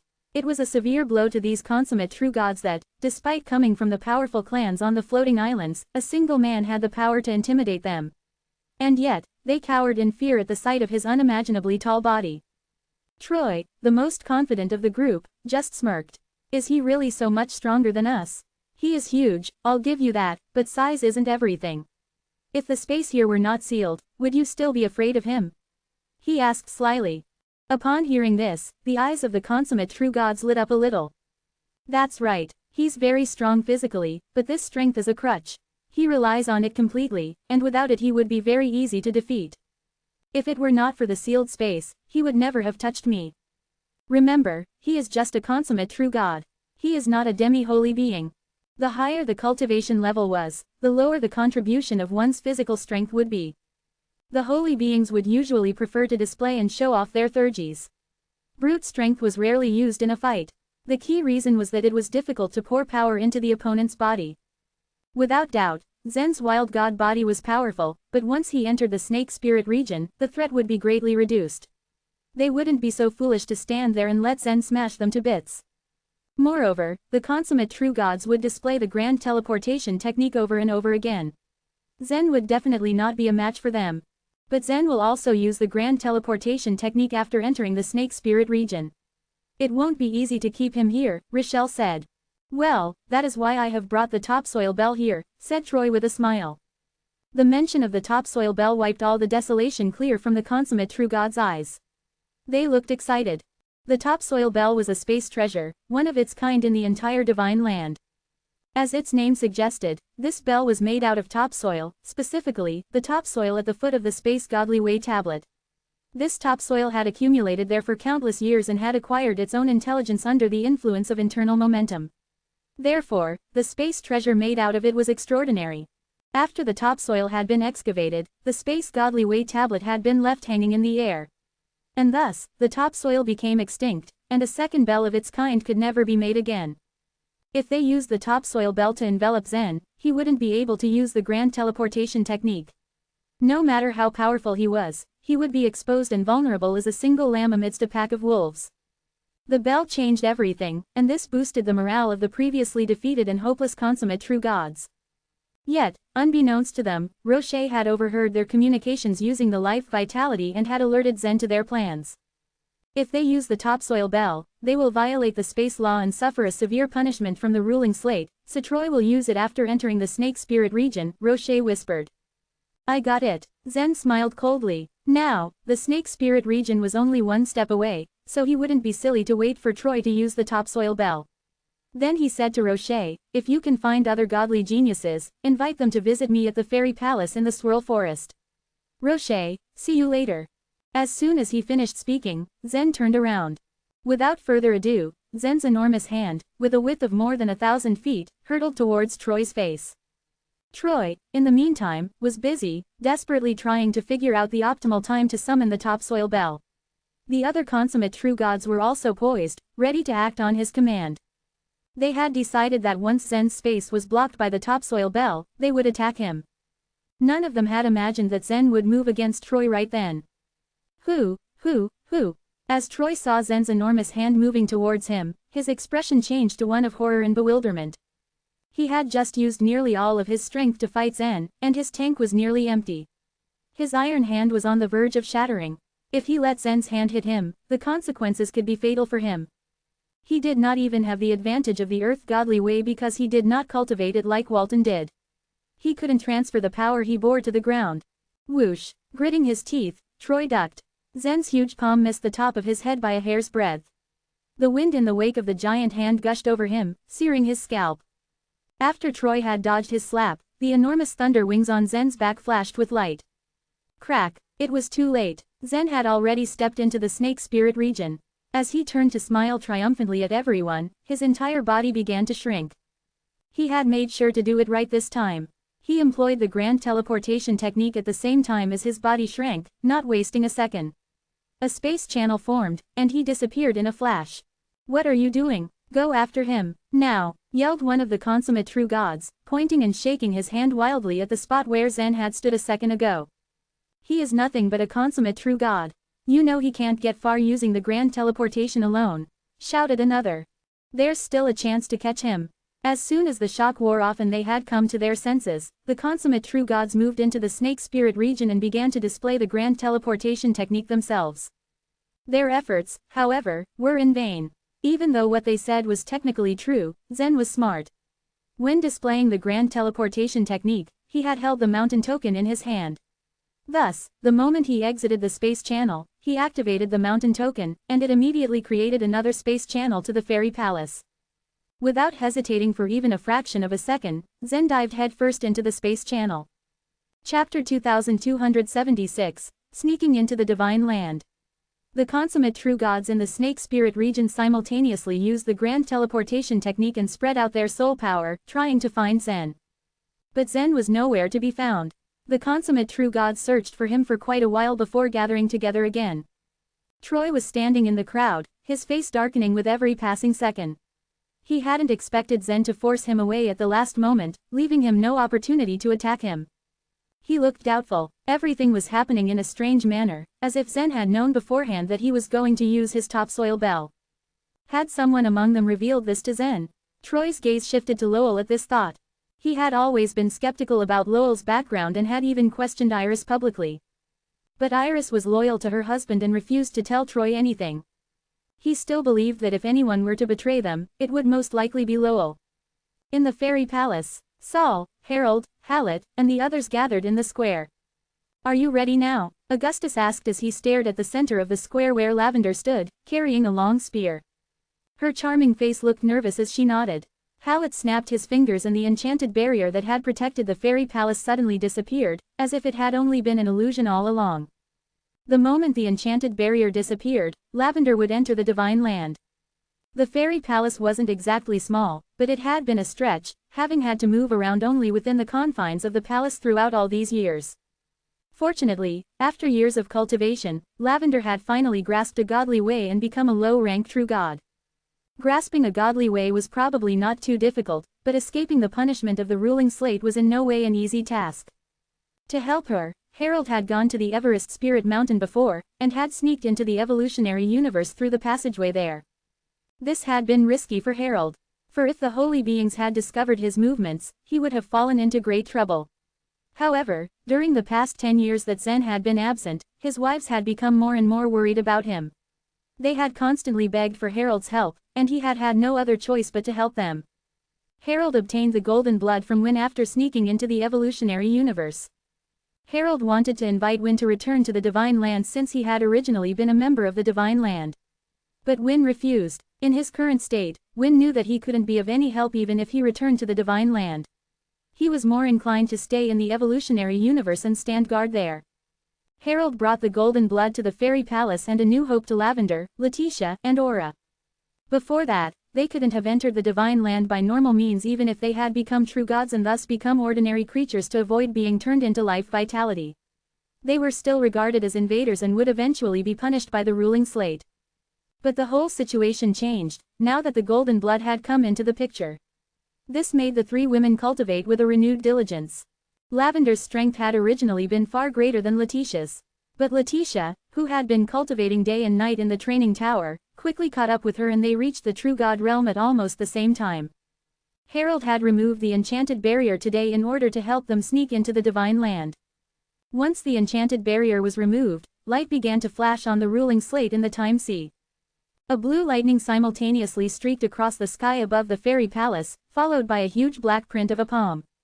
This was similar to the time when Zen had sneaked into the Divine Land. Lavender's eyes narrowed in concentration once she saw the palm print above her. Without a word, she raised the long spear in her hand. "Don't move, it can't find you," Harold warned. Lavender pursed her lips and nodded once. She was born to be a warrior and always wanted to fight back in the face of any threats. But the energy in this black palm print was too terrifying. She could not see how the energy had been formed, and she knew that it was difficult to resist it by herself. The palm print hovered in the air for a while. Since Lavender's blood had changed, it was impossible for the palm print to sense Lavender's location. A few moments later, the palm print turned into a black ball and exploded with a mighty blast. Its pieces spread over the square, like a huge net covering the area. In the past, Zen had been entangled by the net, and it had caused his communication with his inner world to be cut off. He had also not been able to use his chaotic energy for some time. Lavender watched the huge net fall towards her and tried to avoid it. But she wasn't quick enough. Fortunately, Harold grabbed Lavender's shoulder and pulled her to the side, causing the net to miss its target and fall to the ground. Okay, I didn't expect that the omnipotent ruling slate could be deceived like this. Holy Mike is really a genius, Augustus said, grinning. What most true gods in the divine land feared most was not a holy being like Nicholas, but the ruling slate. As long as one could afford enough divine might coins, they could control everything in the divine land through the ruling slate. It was much more powerful than a holy being. Even if a holy being broke the rules of the ruling slate, they would have to obediently accept the punishment, which was why Augustus was greatly surprised to see Lavender evade the punishment of the ruling slate after her blood had been changed. I don't think Master came up with this idea. I think it was Holy J, Harold said. Augustus shrugged and looked at the training tower. Next one, he said. Letitia had only recently grasped the mysterious ice godly way. That was why they had decided to sneak into the divine land today. Harold opened the gates of the training tower and let Letitia out. Before this, Jeffrey, Aura, and Freya had taken their places on the second floor of the training tower so they wouldn't be affected. Letitia had already triggered the ruling slate just when she walked out of the training tower. Things happened in the same manner as Lavender had experienced before. After thunder exploded in the sky, a black palm print appeared, replacing the thunder. With Harold's help, she successfully deceived the ruling slate as well. Congratulations. You can both move around freely in the divine land from now on, Harold said, smiling. Letitia smiled and nodded at him. Thank you for your help, she said gratefully. Lavender's eyes flashed with concern as she stared at Harold. Can we leave the fairy palace now? She asked. Letitia looked nervous at Lavender's question. In the past 10 years, they had lost contact with Zen again, and they had become worried. They had been apart from Zen in the past, but this time, things seemed different. He had disappeared almost suddenly the moment he had met his mother. On the other hand, the information that Harold had collected through different channels had made them even more worried. Why are you in such a hurry? Augustus chuckled. Harold nodded along and said, the divine land is too vast. It will be impossible for you to find him if you go out now. You will also encounter a lot of danger if you go outside. But we can't just stay here doing nothing, Letitia said, frowning. Perhaps the best thing that we can do is wait patiently, Harold sighed. He had never thought that taking Zen to the Han clan's ancestral land would attract the attention of the holy beings and cause such a predicament. Chapter 2277, Enthusiastic. Lavender and Letitia looked at each other silently. Both of them were feeling a bit disappointed. Neither of the girls were unreasonable people. They hadn't been to the divine land yet, but had a good general understanding of the place. Since they had just recently become low-rank true gods, it was still difficult for them to move around in a large region, not to mention to search for Zen in the divine land. Right then, an indifferent voice said, I don't care how long you're going to wait. I'm leaving today, with or without you. Margaret, dressed in blue, walked straight out of a door. Joy followed closely behind Margaret. A helpless expression was etched on her delicate face. In the past few years, Margaret had gradually become a mid-rank true god, and the process went off without a hitch. Joy had tried her best to cultivate Margaret, very amazed with her great talent. As the Purple Soul Hall's founder, Joy recruited plenty of women who possessed the purple power bodies. However, in all her time, she had never met such a talented disciple. Of course, Zen was an exception among them all. He was different from other people. In Joy's eyes, Margaret was like a piece of jade that Mike had carefully prepared for her. It had also been very interesting for Joy to train Margaret in the fairy palace over the past few years. She even believed that it wouldn't be long before Margaret became a consummate true god. Joy had so much faith in Margaret that she thought she might even become a demi-holy being in the future. The only problem was that Margaret was extremely willful. Thus, Joy had to spend most of her time calming Margaret down. Swish! Augustus took a step forward and stood in front of Margaret. His shadow completely covered her. He was tall, with a wicked smile on his face. No one is stopping you. The fairy palace's gate is open.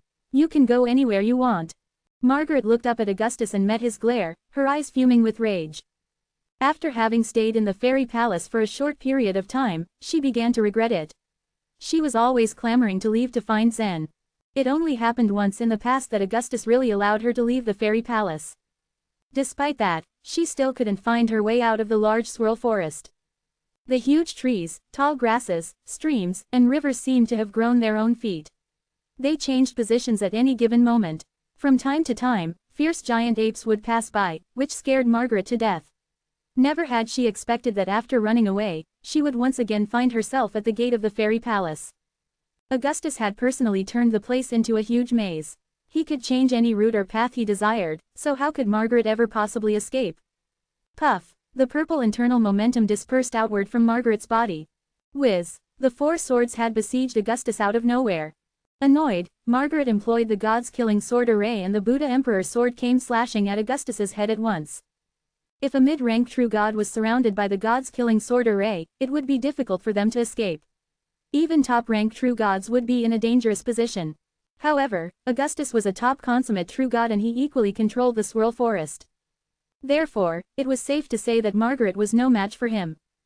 Facing the Buddha Emperor's sword, Augustus gently grasped it, immobilizing the sword completely with a single hand. Of course, there was no way Margaret was going to give up. In an instant, the Buddha Emperor's sword turned into a ball of purple light and escaped from his hand. Simultaneously, the other three swords began to move, slashing fatally forward. Despite its intensity, the others were used to this kind of scene, so they didn't have any reaction. And Joy was glad to see that they all kept their calm. In this case, there was a consummate true god who practiced the skill with Margaret, which was clearly a good thing for her, to say the least. During the battle, a space fluctuation suddenly occurred at the front of the square, near the entrance of the fairy palace. Lavender, Margaret, and Letitia didn't take any notice. Their cultivation was still in a low level. But Joy, Saul and Hallett all looked toward the door at the exact same time. As for Augustus, he, of course, sensed that something was off. He was integrated as one with the entire swirl forest, and could notice everything happening there as soon as it occurred. The space fluctuation happened without the slightest warning. It seemed that someone had returned by activating the token of mountain. Crack! While Augustus was lost in thought, the Buddha Emperor's sword cracked him over the head. Although the Buddha Emperor's sword formed from the purple light was powerful, it couldn't cause damage to Augustus's physical body because he was extremely tough. Under this strike, Augustus didn't suffer any damage, but the Buddha Emperor's sword turned into a cloud of purple light. Margaret suddenly noticed that everyone was paying attention to the fairy palace's entrance. She was slightly stunned and asked, "What's wrong? What's going on?" As she turned her head around, she saw Zen appear at the door, dressed in cyan. Ever since Margaret entered the fairy palace, any news she ever heard about Zen was bad. She had been worried about him, and she had reason for such. Fortunately, she remained confident in Zen the entire time. As long as she didn't see Zen's corpse, she wouldn't believe that he died. She would have to see it with her own eyes to believe it. "Honey." Margaret was the first to rush over to the front door. As she moved, rays of purple light enveloped her body. Bang! Margaret slammed directly into Zen's open arms and tears began rolling down from her eyes, as if she had suffered a lot while staying in the fairy palace. When the others noticed that Zen had returned, they had different expressions on their faces. "Oh, in just 10 years, your cultivation base has already reached the same level as mine." Ha ha! Augustus curled his lips and his face contorted into an expression of disbelief. Among the 3 disciples Bromley had accepted, Augustus always believed that he was the most talented. As a result, he wanted to teach Zen a hard lesson upon meeting him for the first time. He, on his behalf, wouldn't be nice like Hallett. In fact, he was also quite jealous of Zen's great talent. And more importantly, he was afraid that Zen would surpass him one day. That said, it seemed that he had no reason to be worried from now on. Zen had become a consummate true god over the last 10 years, and he hadn't just surpassed Augustus. No one else could ever make that kind of progress, especially not that fast, during so many divine eras. When Harold, Hallett and Joy noticed Zen's cultivation base, they were also surprised. Their jaws dropped in awe. According to their conjecture, it wouldn't be easy for Zen to become a consummate true god. It was possible that he could succeed in a few hundred years or even 1,000 years, while to the Divine Land, such a period of time was considered short. Where could Zen have been in the past 10 years? If the rumors spreading from the floating islands were true, Zen had no chances of survival. Although Harold didn't say anything, he had suspected once before that Zen might have died under the Han clan's ancestral land. For this reason, he had already secretly searched for one of Zen's substitutes, Nathan. Without a doubt, they had many questions in their minds, but since Margaret was hugging Zen like there was no one else around, it was improper for them to be disturbed right then. Zen felt Margaret, who he held tightly in his arms, tremble slightly. He could sense that she was truly excited. Compared to Letitia's reserved character and Lavender's absolute sincerity, Margaret's straightforward manner came off as much more enthusiastic. It was also her fanatic temperament that made her so adorable, in his opinion. Zen couldn't push her away, but only wrap his arms around her and hold her even tighter instead. Chapter 2278, A Good Talk. Ever since Zen disappeared, his wives were helplessly quite worried about him. Seeing him return unharmed, they felt indescribable relief and could finally put their minds at rest. I finally reached the Divine Land, but you didn't wait for me in the fairy palace. I was devastated, Margaret blamed in a hurt tone, burying herself in Zen's arms. Zen smiled. But I'm back now, right? He coaxed. Yes. Margaret nodded obediently. She suddenly raised her head and looked warily at Letitia and Lavender, who were standing not too far away. Listen, they came to the Divine Land earlier than me, so they were able to spend more time with you in the past. As compensation, you'll have to accompany me for the next few days. A bitter smile spread on Zen's face. Margaret was probably the only one who could pull off saying such capricious words. Although Margaret was speaking in a low voice, Letitia and Lavender could still hear her pretty clearly. Letitia frowned and was about to talk back in retaliation. Lavender, who was beside her, held her arm and shook her head in negation. What Lavender hoped for was very simple. As long as Zen could safely return back to her, then everything would be fine. She didn't need to be jealous of Margaret over such a small, meaningless matter. Harold and the others patiently waited for Zen to come to them, even though they had several important subjects to discuss with him. The first 5 minutes ticked by. 5 minutes turned into 10. Before long, an hour had passed. An awkward atmosphere unwittingly broke out in the fairy palace. Letitia had been stopped by Lavender, and thus, she could only resentfully criticize Margaret in her heart for not being reasonable instead. Augustus simply couldn't wait anymore. In a flash, he had already arrived at Zen's side. Hey, Margaret, this isn't the time for you to be all gooey over Zen. We've got business to take care of. That doesn't concern you. A moment ago, Margaret had resembled a docile lamb, but now her voice was cold as she glared at Augustus with resentful eyes, as if she wanted to kill him. You're not the only one who Zen has. He also has me, Hallett, Joy, his sister, as well as his son. You can't take up all of his time, Augustus said in a matter-of-fact tone. Margaret raised her nose and said proudly, I'm his wife. My time spent with him is perfectly justified. But you are not his only wife, Augustus retorted, tightening his lips into a white line. As he spoke, he mischievously looked over at Lavender and Letitia, who had crept a little closer in order not to miss a word. Being mocked, Margaret felt a little embarrassed, and she reluctantly let go of Zen. In the inner yard of the fairy palace, everyone was seated. Saul was serving them cups of tea when a refreshing fragrance filled the air in the yard. Everyone seemed to smell it at once. Their beverage was wild tea from the depths of the swirl forest, and it was made with amber tree dew. Both these products were once difficult to collect, but ever since Augustus controlled the swirl forest, it was no longer a problem. In 10 years, you've reached the consummation of true God realm. It's very difficult for us to have such resources here in the Divine Land, Harold said as soon as he sat down. Everyone was thinking the same thing. The floating islands possessed the most resources in all the Divine Land, but it was virtually impossible for Zen to stay on any floating island. Was he hiding in some faraway hilly area or a second or third tier clan in the last 10 years? It was simply beyond their imagination that Zen, who had disappeared for 10 years, had returned as a consummate true god. They didn't understand it in the least. I wouldn't be so quick to say that there aren't such resources in the Divine Land. Zen smiled and said, you know, Rocher has also reached the consummation of true God realm. And he didn't even need as much time as I did. Rocher? Harold asked. After pausing for a second in order to gather his thoughts, he continued, the way he became a consummate true god is completely different from yours. It doesn't count. Generally speaking, Harold was clear on the role that every godly genius should play, and of course, he knew what kind of Thurges Roche had. What's the difference, exactly? Zen asked, as suspicion washed over his face. He has devoured many commandments slates and therefore, he can steadily improve his cultivation base without any hassle. That's the only reason he could reach the consummation of true God realm in such a short period of time, Harold replied. Devour the commandment slates, Zen repeated in a shocked tone. Well, let's just drop the subject now. Tell me, where did you go after you left the Han clan's ancestral land? This was one of the most important questions that were on the tips of everyone's tongue. They were all eager to hear the answer.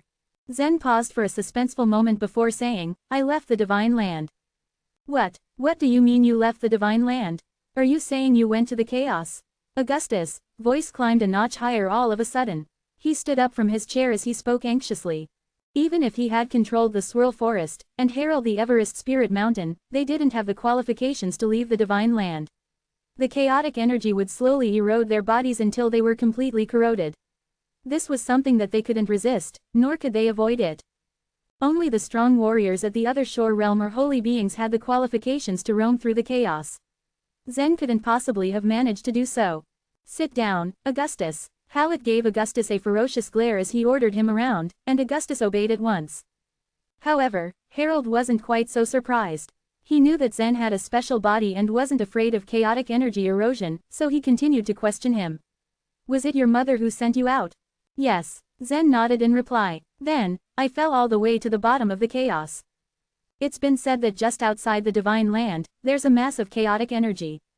Chaotic energy is everywhere, and it's both bleak and desolate. Did you absorb the chaotic energy and reach the consummation of true God realm? Augustus asked. The questions were relentless. Although Augustus' words were very stupid, what he said wasn't wrong. Most of the true gods wouldn't care about what was outside the divine land in any way, but the consummate true gods present had probably known about the chaotic world outside the divine land. After all, there were a few records about the chaos in the Fairy Palace's library, which had all been left by Bromley. However, Zen shook his head. The bottom of the chaos isn't desolate. There are living creatures there, and many of them are strong warriors, he mentioned. There are people at the bottom of the chaos. Do you know if they're extraordinary creatures? With what he'd just heard, even Harold, who was usually quite composed, was rather surprised. Hallett, who had been nothing more than a silent spectator until now, suddenly raised his brows. There's a world at the bottom? He asked in awe. That's right, Zen blinked. It is a prison. There are many exiles inside the prison, and they are all from the source world. What kind of place is the source world? Augustus asked curiously. Hallett and Harold looked at one another, and then Harold said, it's said that the source world is the chaos center. Since the exiles are locked up in the prison there, they are very powerful, aren't they? Yes, they're all strong warriors at the other shore realm. Zen nodded in agreement. Disbelief registered in everyone's eyes, including Joy's. At the same time, a sense of crisis dawned over the group. The Yellow Emperor guards who they were fighting against were at the other shore realm. They didn't know if the exiles were friends or foes. If the exiles also had to get involved, the situation would become even more problematic. Chapter 2279, Anger. Harold focused his gaze at Zen, and asked, are all these strong warriors at the other shore realm locked up in this prison?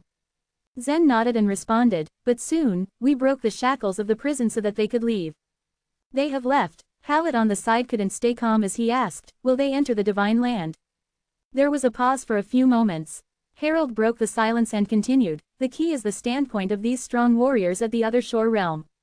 Zen smiled faintly, it was the masters at the other shore realm who sent me back to the divine land this time. They are divided into many factions according to their respective origin. Among them, the Snake Goddess race and the Nine Li race are the most powerful. Hallett, Augustus and Joy had no idea what Zen had just disclosed to them. They knew little about the source world. Only Hallett had some knowledge about the existence of the source world. Hearing the two race names from Zen, they were quite unfamiliar with them. Just then, Harold suddenly stood up and stared at Zen, his face full of incredulity. The Snake Goddess race and the Nine Li race. Do the people of the Nine Li race know your blood? Zen nodded in response. In order to join the Nine Li race, I had my blood tested in that world. What was their attitude? Upon hearing Zen's words, Harold had now fixated his eyes full of excitement at him, breaking his usually composed self. Harold's reaction and expression had made Augustus' jaw drop. He had never seen him so excited before. He remembered that even when he took over the Swirl Forest, Harold still showed a calm appearance. This moment was a bit unexpected. They helped me a lot, Zen added. With a sudden sigh of relief, Harold asked with uncontrollable joy, where are they now? How many of them are there? Coupled with the members of the snake goddess race, I think there are 13 of them. Originally, they planned to return to the Divine Land with me, but now there has been a problem. They are blocked outside the Divine Land, so they can't come in, Zen responded. They can't come in. Harold was a little stunned. He didn't expect that the situation would be like this. Zen gave a nod and continued, back then, Chiyu had spent a lot of effort in building up this Divine Land in order to protect his people. Even the top figures at the other shore realm can't forcibly break it down, so they are blocked outside. Both Joy and Hallett listened closely and now understood what was going on. After Zen came back from the bottom of the chaos, he had brought back many warriors at the other shore realm. However, a sudden problem had occurred. They had been stopped outside the Divine Land. But you and the other holy beings can return after you go out. How do you explain that? Hallett asked. Perhaps it is because the other holy beings and I were born within the Divine Land that we can go in and out freely, Zen replied. Joy couldn't help but knit her eyebrows as she asked, then how did the Yellow Emperor guards get in? Even though they didn't know much about the source world, they knew that the biggest enemies were the Yellow Emperor guards that were behind Nicholas. Logically speaking, the Yellow Emperor guards were also outsiders. It's very simple. The Yellow Emperor guards should have also been blocked by the Divine Land and spent a lot of time before they were able to enter the Divine Land, Zen clarified. The warriors at the other shore realm can enter, of course, but it will take them several years to build a space channel. Several years. Harold lowered his head and was lost in thought. The godly geniuses had come out of the evolutionary universe one at a time and had done some changes around. Estelle returned and took charge of the Soul Wilderness, Augustus ruled the Swirl Forest, Rocher sneaked into the Dongfang clan, and Zen reached the consummation of True God realm. For him, what the godly geniuses had done after coming out of the evolutionary universe was considered to be small things. They took place step by step as expected, but they still wouldn't have a special impact on the whole situation. However, Zen suddenly brought back a group of masters at the other shore realm, which directly reversed the situation. That was far beyond his own scheme. Now, the situation had suddenly become very advantageous on their side. This change had naturally taken him by surprise. How many years will it take for them to enter the Divine Land? Harold asked and stared back at Zen. He had acutely realized that the time was crucial. Zen shook his head. They as well have no idea. It may be 1 year or 5 years. Boom! There was a commotion in the Golden Rain Hall of the Dongfang clan. Nicholas made a slap in rage. The surface of the chair behind him was immediately covered with countless tiny cracks. Crack! With a burst of the sound that made people's flesh creep, the chair was completely annihilated by Nicholas's power. It was wiped out completely, not even leaving any dust from it. A bunch of trashes. Dozens of consummate true gods from over 10 powerful clans can't even catch a junior who has just reached the consummation of True God realm. Shame on you, Nicholas coldly snapped. The Golden Rain Hall fell into silence. As soon as the consummate true gods returned to the floating islands, they were quickly summoned to the Golden Rain Hall. Some holy beings such as Clark, Jeremiah and Murphy, who were located on the high platform of the Golden Rain Hall, pursed their lips in silence. They felt ashamed that their clans, consummate true gods, were lectured by Nicholas, but what he just said was right. Troy, Rochelle, Walton, Sean and Lowell, who just recently rose to fame, were all the top figures among the consummate true gods. Other than them, the other consummate true gods were also extraordinary in their strength. Nicholas had sent these people to search for a target. It was regarded that he attached great importance to the target. But he didn't expect that they would fail to accomplish the task. It was unfortunate that they returned unsuccessful. As the leader of the consummate true gods, Troy was unable to remain silent. He took a step forward and raised his head as he said, Zen's strength has greatly increased. We are indeed not his match. No matter how strong he is, can he be stronger than all of you? Nicholas mocked, showing a look of disappointment. Zen was, of course, their very important target.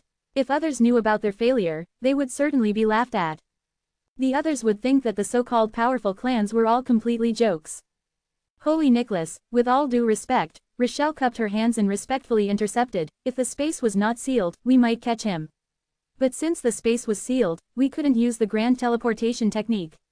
Even the demi-holy beings couldn't be sure of success. Rochelle, you don't have the right to speak. Murphy right then scolded Rochelle. Of course, he didn't want her to bear Nicholas's anger. However, Rochelle was obstinate. She resolutely rebutted, what I said is true. Unexpectedly, Nicholas had suppressed his anger. It has only been 10 years. Has Zen really reached such a level? Troy cupped his hands and said, it is indeed out of our expectation. I don't know where he learned the skills. He turned into a giant that was tens of thousands of feet tall. I tried my best to unleash the indestructible metal hand, but the power was actually less than half of his. Hearing Troy's experience of encounter with Zen, the holy beings present showed surprise on their faces. They were very clear about his strength, and they had also met Zen before. At that time, he was just a low-rank true god, inexperienced and still very young. It was really beyond their expectation. It was just 10 years, but they couldn't understand how Zen had become so powerful. Chapter 2280, Accepting the Task. Some of the best resources in the Divine Land were present at the floating islands. Through the forbidden areas, entrances on the floating islands, all sorts of resources were continuously sent to the Divine Land. Hence it was no surprise that over the years, whenever it came to the talents of the Divine Land, everyone had their eyes fixed on the floating islands. So far Mike has been doing really good. I wonder if he has any more tricks up his sleeves, Jeremiah commented. What is the use? He is already dead. No matter how powerful he is, it's useless to use any trump card now, Murphy said indifferently. While the holy beings were busy in heated discussions, Troy said, there is something strange that needs to be reported. Go ahead, said Nicholas calmly, nodding in agreement. Although Zen's physical body was powerful, we still stood a chance to capture him. We could apply the grand teleportation technique, provided the space in the region was not blocked. Nicholas was confused with Troy's words. He merely smiled and said, you are blaming me for sealing off the regions. Earlier Nicholas had wasted the Divine Might coins, in order to write the rule on the ruling slate. This was done so that the target could not escape. However, the consummate true gods were also restrained by this rule. This shocked everyone. Of course not. Troy shook his head and added, the space in the snake spirit region wasn't blocked. My plan was to use the topsoil bell to lock Zen, thereby allowing everyone to fight together. By then, everyone could freely employ the grand teleportation technique except Zen. However, I was about to enter the snake spirit region, when Zen attacked me suddenly. After stepping into the snake spirit region, he ran away.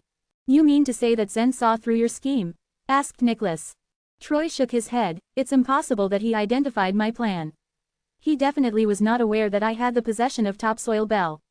Moreover, I informed others about my scheme through the life vitality, so there was no way he could hear anything. Nicholas's eyes narrowed as he said, so you mean someone informed him of your plan and that's how he successfully escaped? Exactly, there is a spy among us.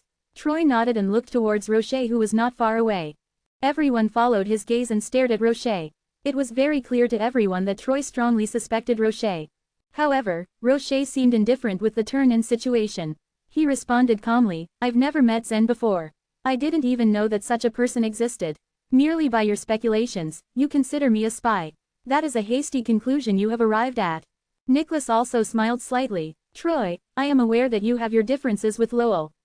But that does not allow you to term Lowell a spy, after Zen attacked you.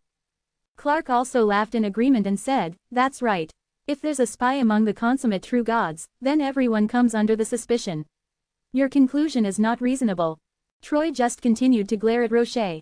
It was true that he did not have definite proof to suspect Rocher. But going by his intuition, Troy still suspected Rocher strongly. At the same, he could not prolong the accusation. Everyone was aware about the ongoing indifference between Rocher and him. So if he insisted, it would definitely go against him and not be the other way round. Besides, it might even leave an image that he took the available opportunity to eradicate his opponent. Hence, he did not want to continue the discussion.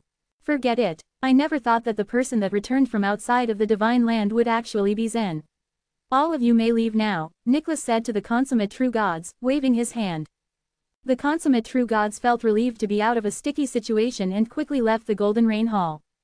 After the consummate true gods left, Nicholas said, Zen's return is a very small matter to be concerned about. The people outside are the most troublesome. Hearing this, the holy beings gathered around and looked tense. The only ones who are able to roam freely in the chaos are the holy beings and other shore realm warriors, Jeremiah concluded. Also don't forget the fact that Zen is with them, added Clark. Arg, don't mention that fellow. Murphy looked disgusted just by hearing Zen's name. Once he had come close in killing Zen. He had slashed the evolutionary universe with his sword, but he hardly could touch Zen. At the gate of the Time-Sea Forbidden Land, Nicholas too tried his attempt in killing Zen, but he was unsuccessful. He managed to escape under the siege of dozens of consummate true gods. Now when Murphy heard others mention Zen, he felt very agitated. There is no need to talk about Zen surviving in the chaos, right now. There are other pressing matters at hand. We need to know who are outside the Divine Land and locate their positions, Nicholas said flatly. We will know when we go and have a look, Clark said. Abelard Chin, the holy being of the Chin clan, smiled and said, who is willing to take up the challenge and go? Are you ready to go? Me, there is no way I will go. Clark vehemently shook his head. If there was a probability that the person outside was a holy being, then it could only mean that Bromley had come back. Moreover, Murphy believed that the people outside the Divine Land built an indestructible space channel in the Murphy universe. And the one who owns such a method must be very powerful. Whether it was Bromley or someone else, anyone who dealt with it would surely be killed. At this moment, a fragile-looking old man walked into the Golden Rain Hall. The old man looked quite harmless, and as he walked, one could get a whiff of herbs from his body. Some of the holy beings sniffed and realized that the herbs were cheap ones. But they did not show any contempt for this old man, as they could not make out his cultivation base. The old man slowly walked towards the center of the Golden Rain Hall. He respectfully cupped his hands in front of the holy beings and said with a smile, someone must definitely go out. Anyways, with the support of the universes, you are immortal. Even if you are killed, you will be able to revive in a few years. Then what are you afraid of? Master Hamish. Several holy beings such as Nicholas and Murphy exclaimed his name with reverence and bowed to the thin old man. Is he the famous Master Hamish? Abelard and the other several holy beings also cupped their hands and bowed. The holy beings of the Union of the Powerful Clans on the floating islands had heard stories about Hamish, but very few had seen him. You still haven't realized the gravity of our situation. Since they sent Zen back, they will definitely try and find other means to enter the Divine Land. In the past, we were unable to destroy the outer wall of the Divine Land, so they will face similar difficulty. However, sooner or later, they will try to break through the barrier. Back then, we spent 20 years on such a thing. If they manage to enter, how do you plan to fight against them? Hamish asked earnestly. Hearing Hamish explain, the holy beings looked very tense. If even Hamish, who was another Shore Realm warrior, was afraid of the people from the foreign land, then the holy beings had no chance of not fearing at all. Just as all the holy beings were silent, Hamlin, the holy being of the Zhao clan said, well, I can give it a try. Let me go this time. The Zhao clan had just joined the elite clans on the floating islands. With Nicholas's help, the clan's floating island was flourishing, but its foundation was still unstable. Thus the members of the Zhao clan needed to do something to prove their capability to Nicholas. Seeing that no one was willing to accept the task, Hamlin had to give a shot.